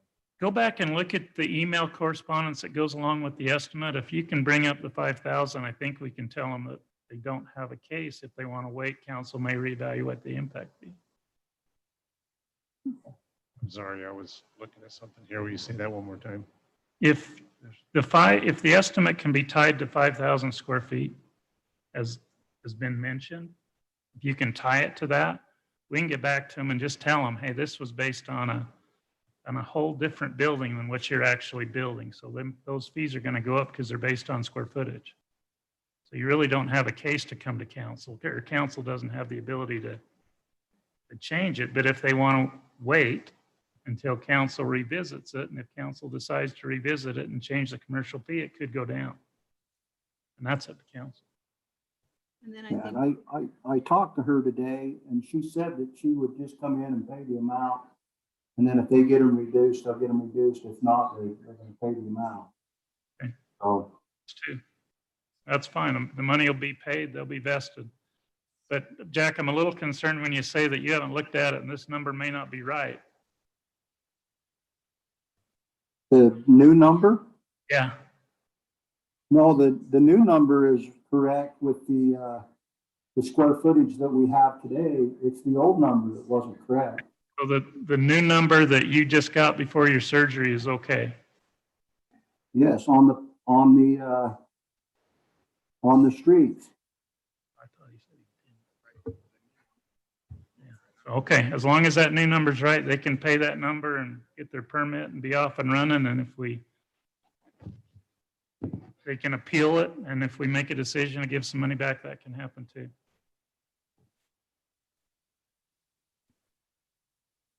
Jack, if you had 2 knee surgeries and we didn't know. Yeah. Okay. What else, Corey? That was the big question there. So. All right. Okay, Brock? All right, I will work to be quick. League of Cities and Towns registration is now open. It is a virtual conference. With your registration, you have to go on and sign up for each individual, I guess, breakout session, and they'll send you a link to a Zoom call. So those who would like to attend, let me know, and we'll get you registered. You got 2 nods from Jarrett and Lena. No. Is the September 21st. to class 25th. agenda out? There is a tentative agenda, September 21st through the 25th. You can let me know whenever. Yeah, it sounds like you go in and you pick which ones. I haven't gone on and done it, but I just read through what the write-up just said. So let me know on those, who wants to attend. We'll get you registered. Audit field work was completed last week. Do we get a hotel here in St. George? I suggested taking council out of town. Getting someplace with a conference room like I still wouldn't. like Jackson.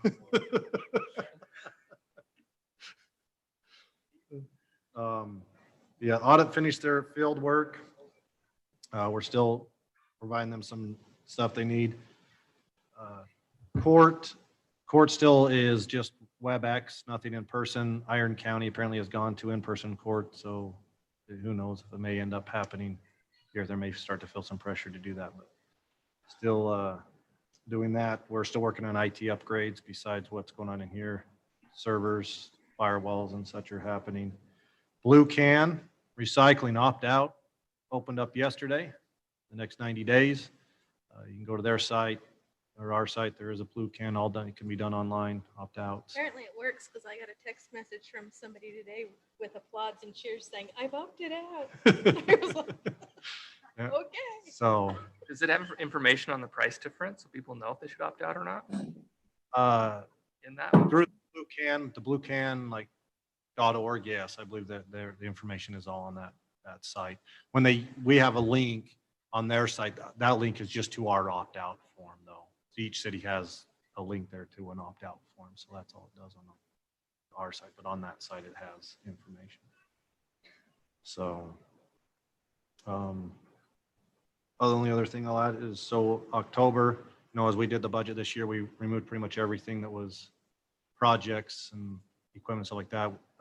With the way some of the revenues are coming in, we're going to do a budget review in October to look. So if there's things, I've told the directors that's when we'll review and see if there's some things we can add back in that we took out. So we'll bring that back with council, because there'll probably be some bids and things coming for that. So just heads up. So revenue as sales tax has been better than projected. So.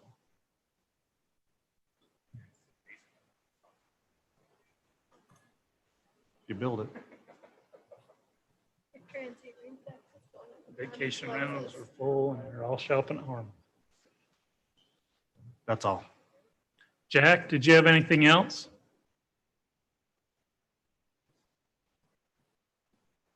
Can't hear you, bud. You're muted.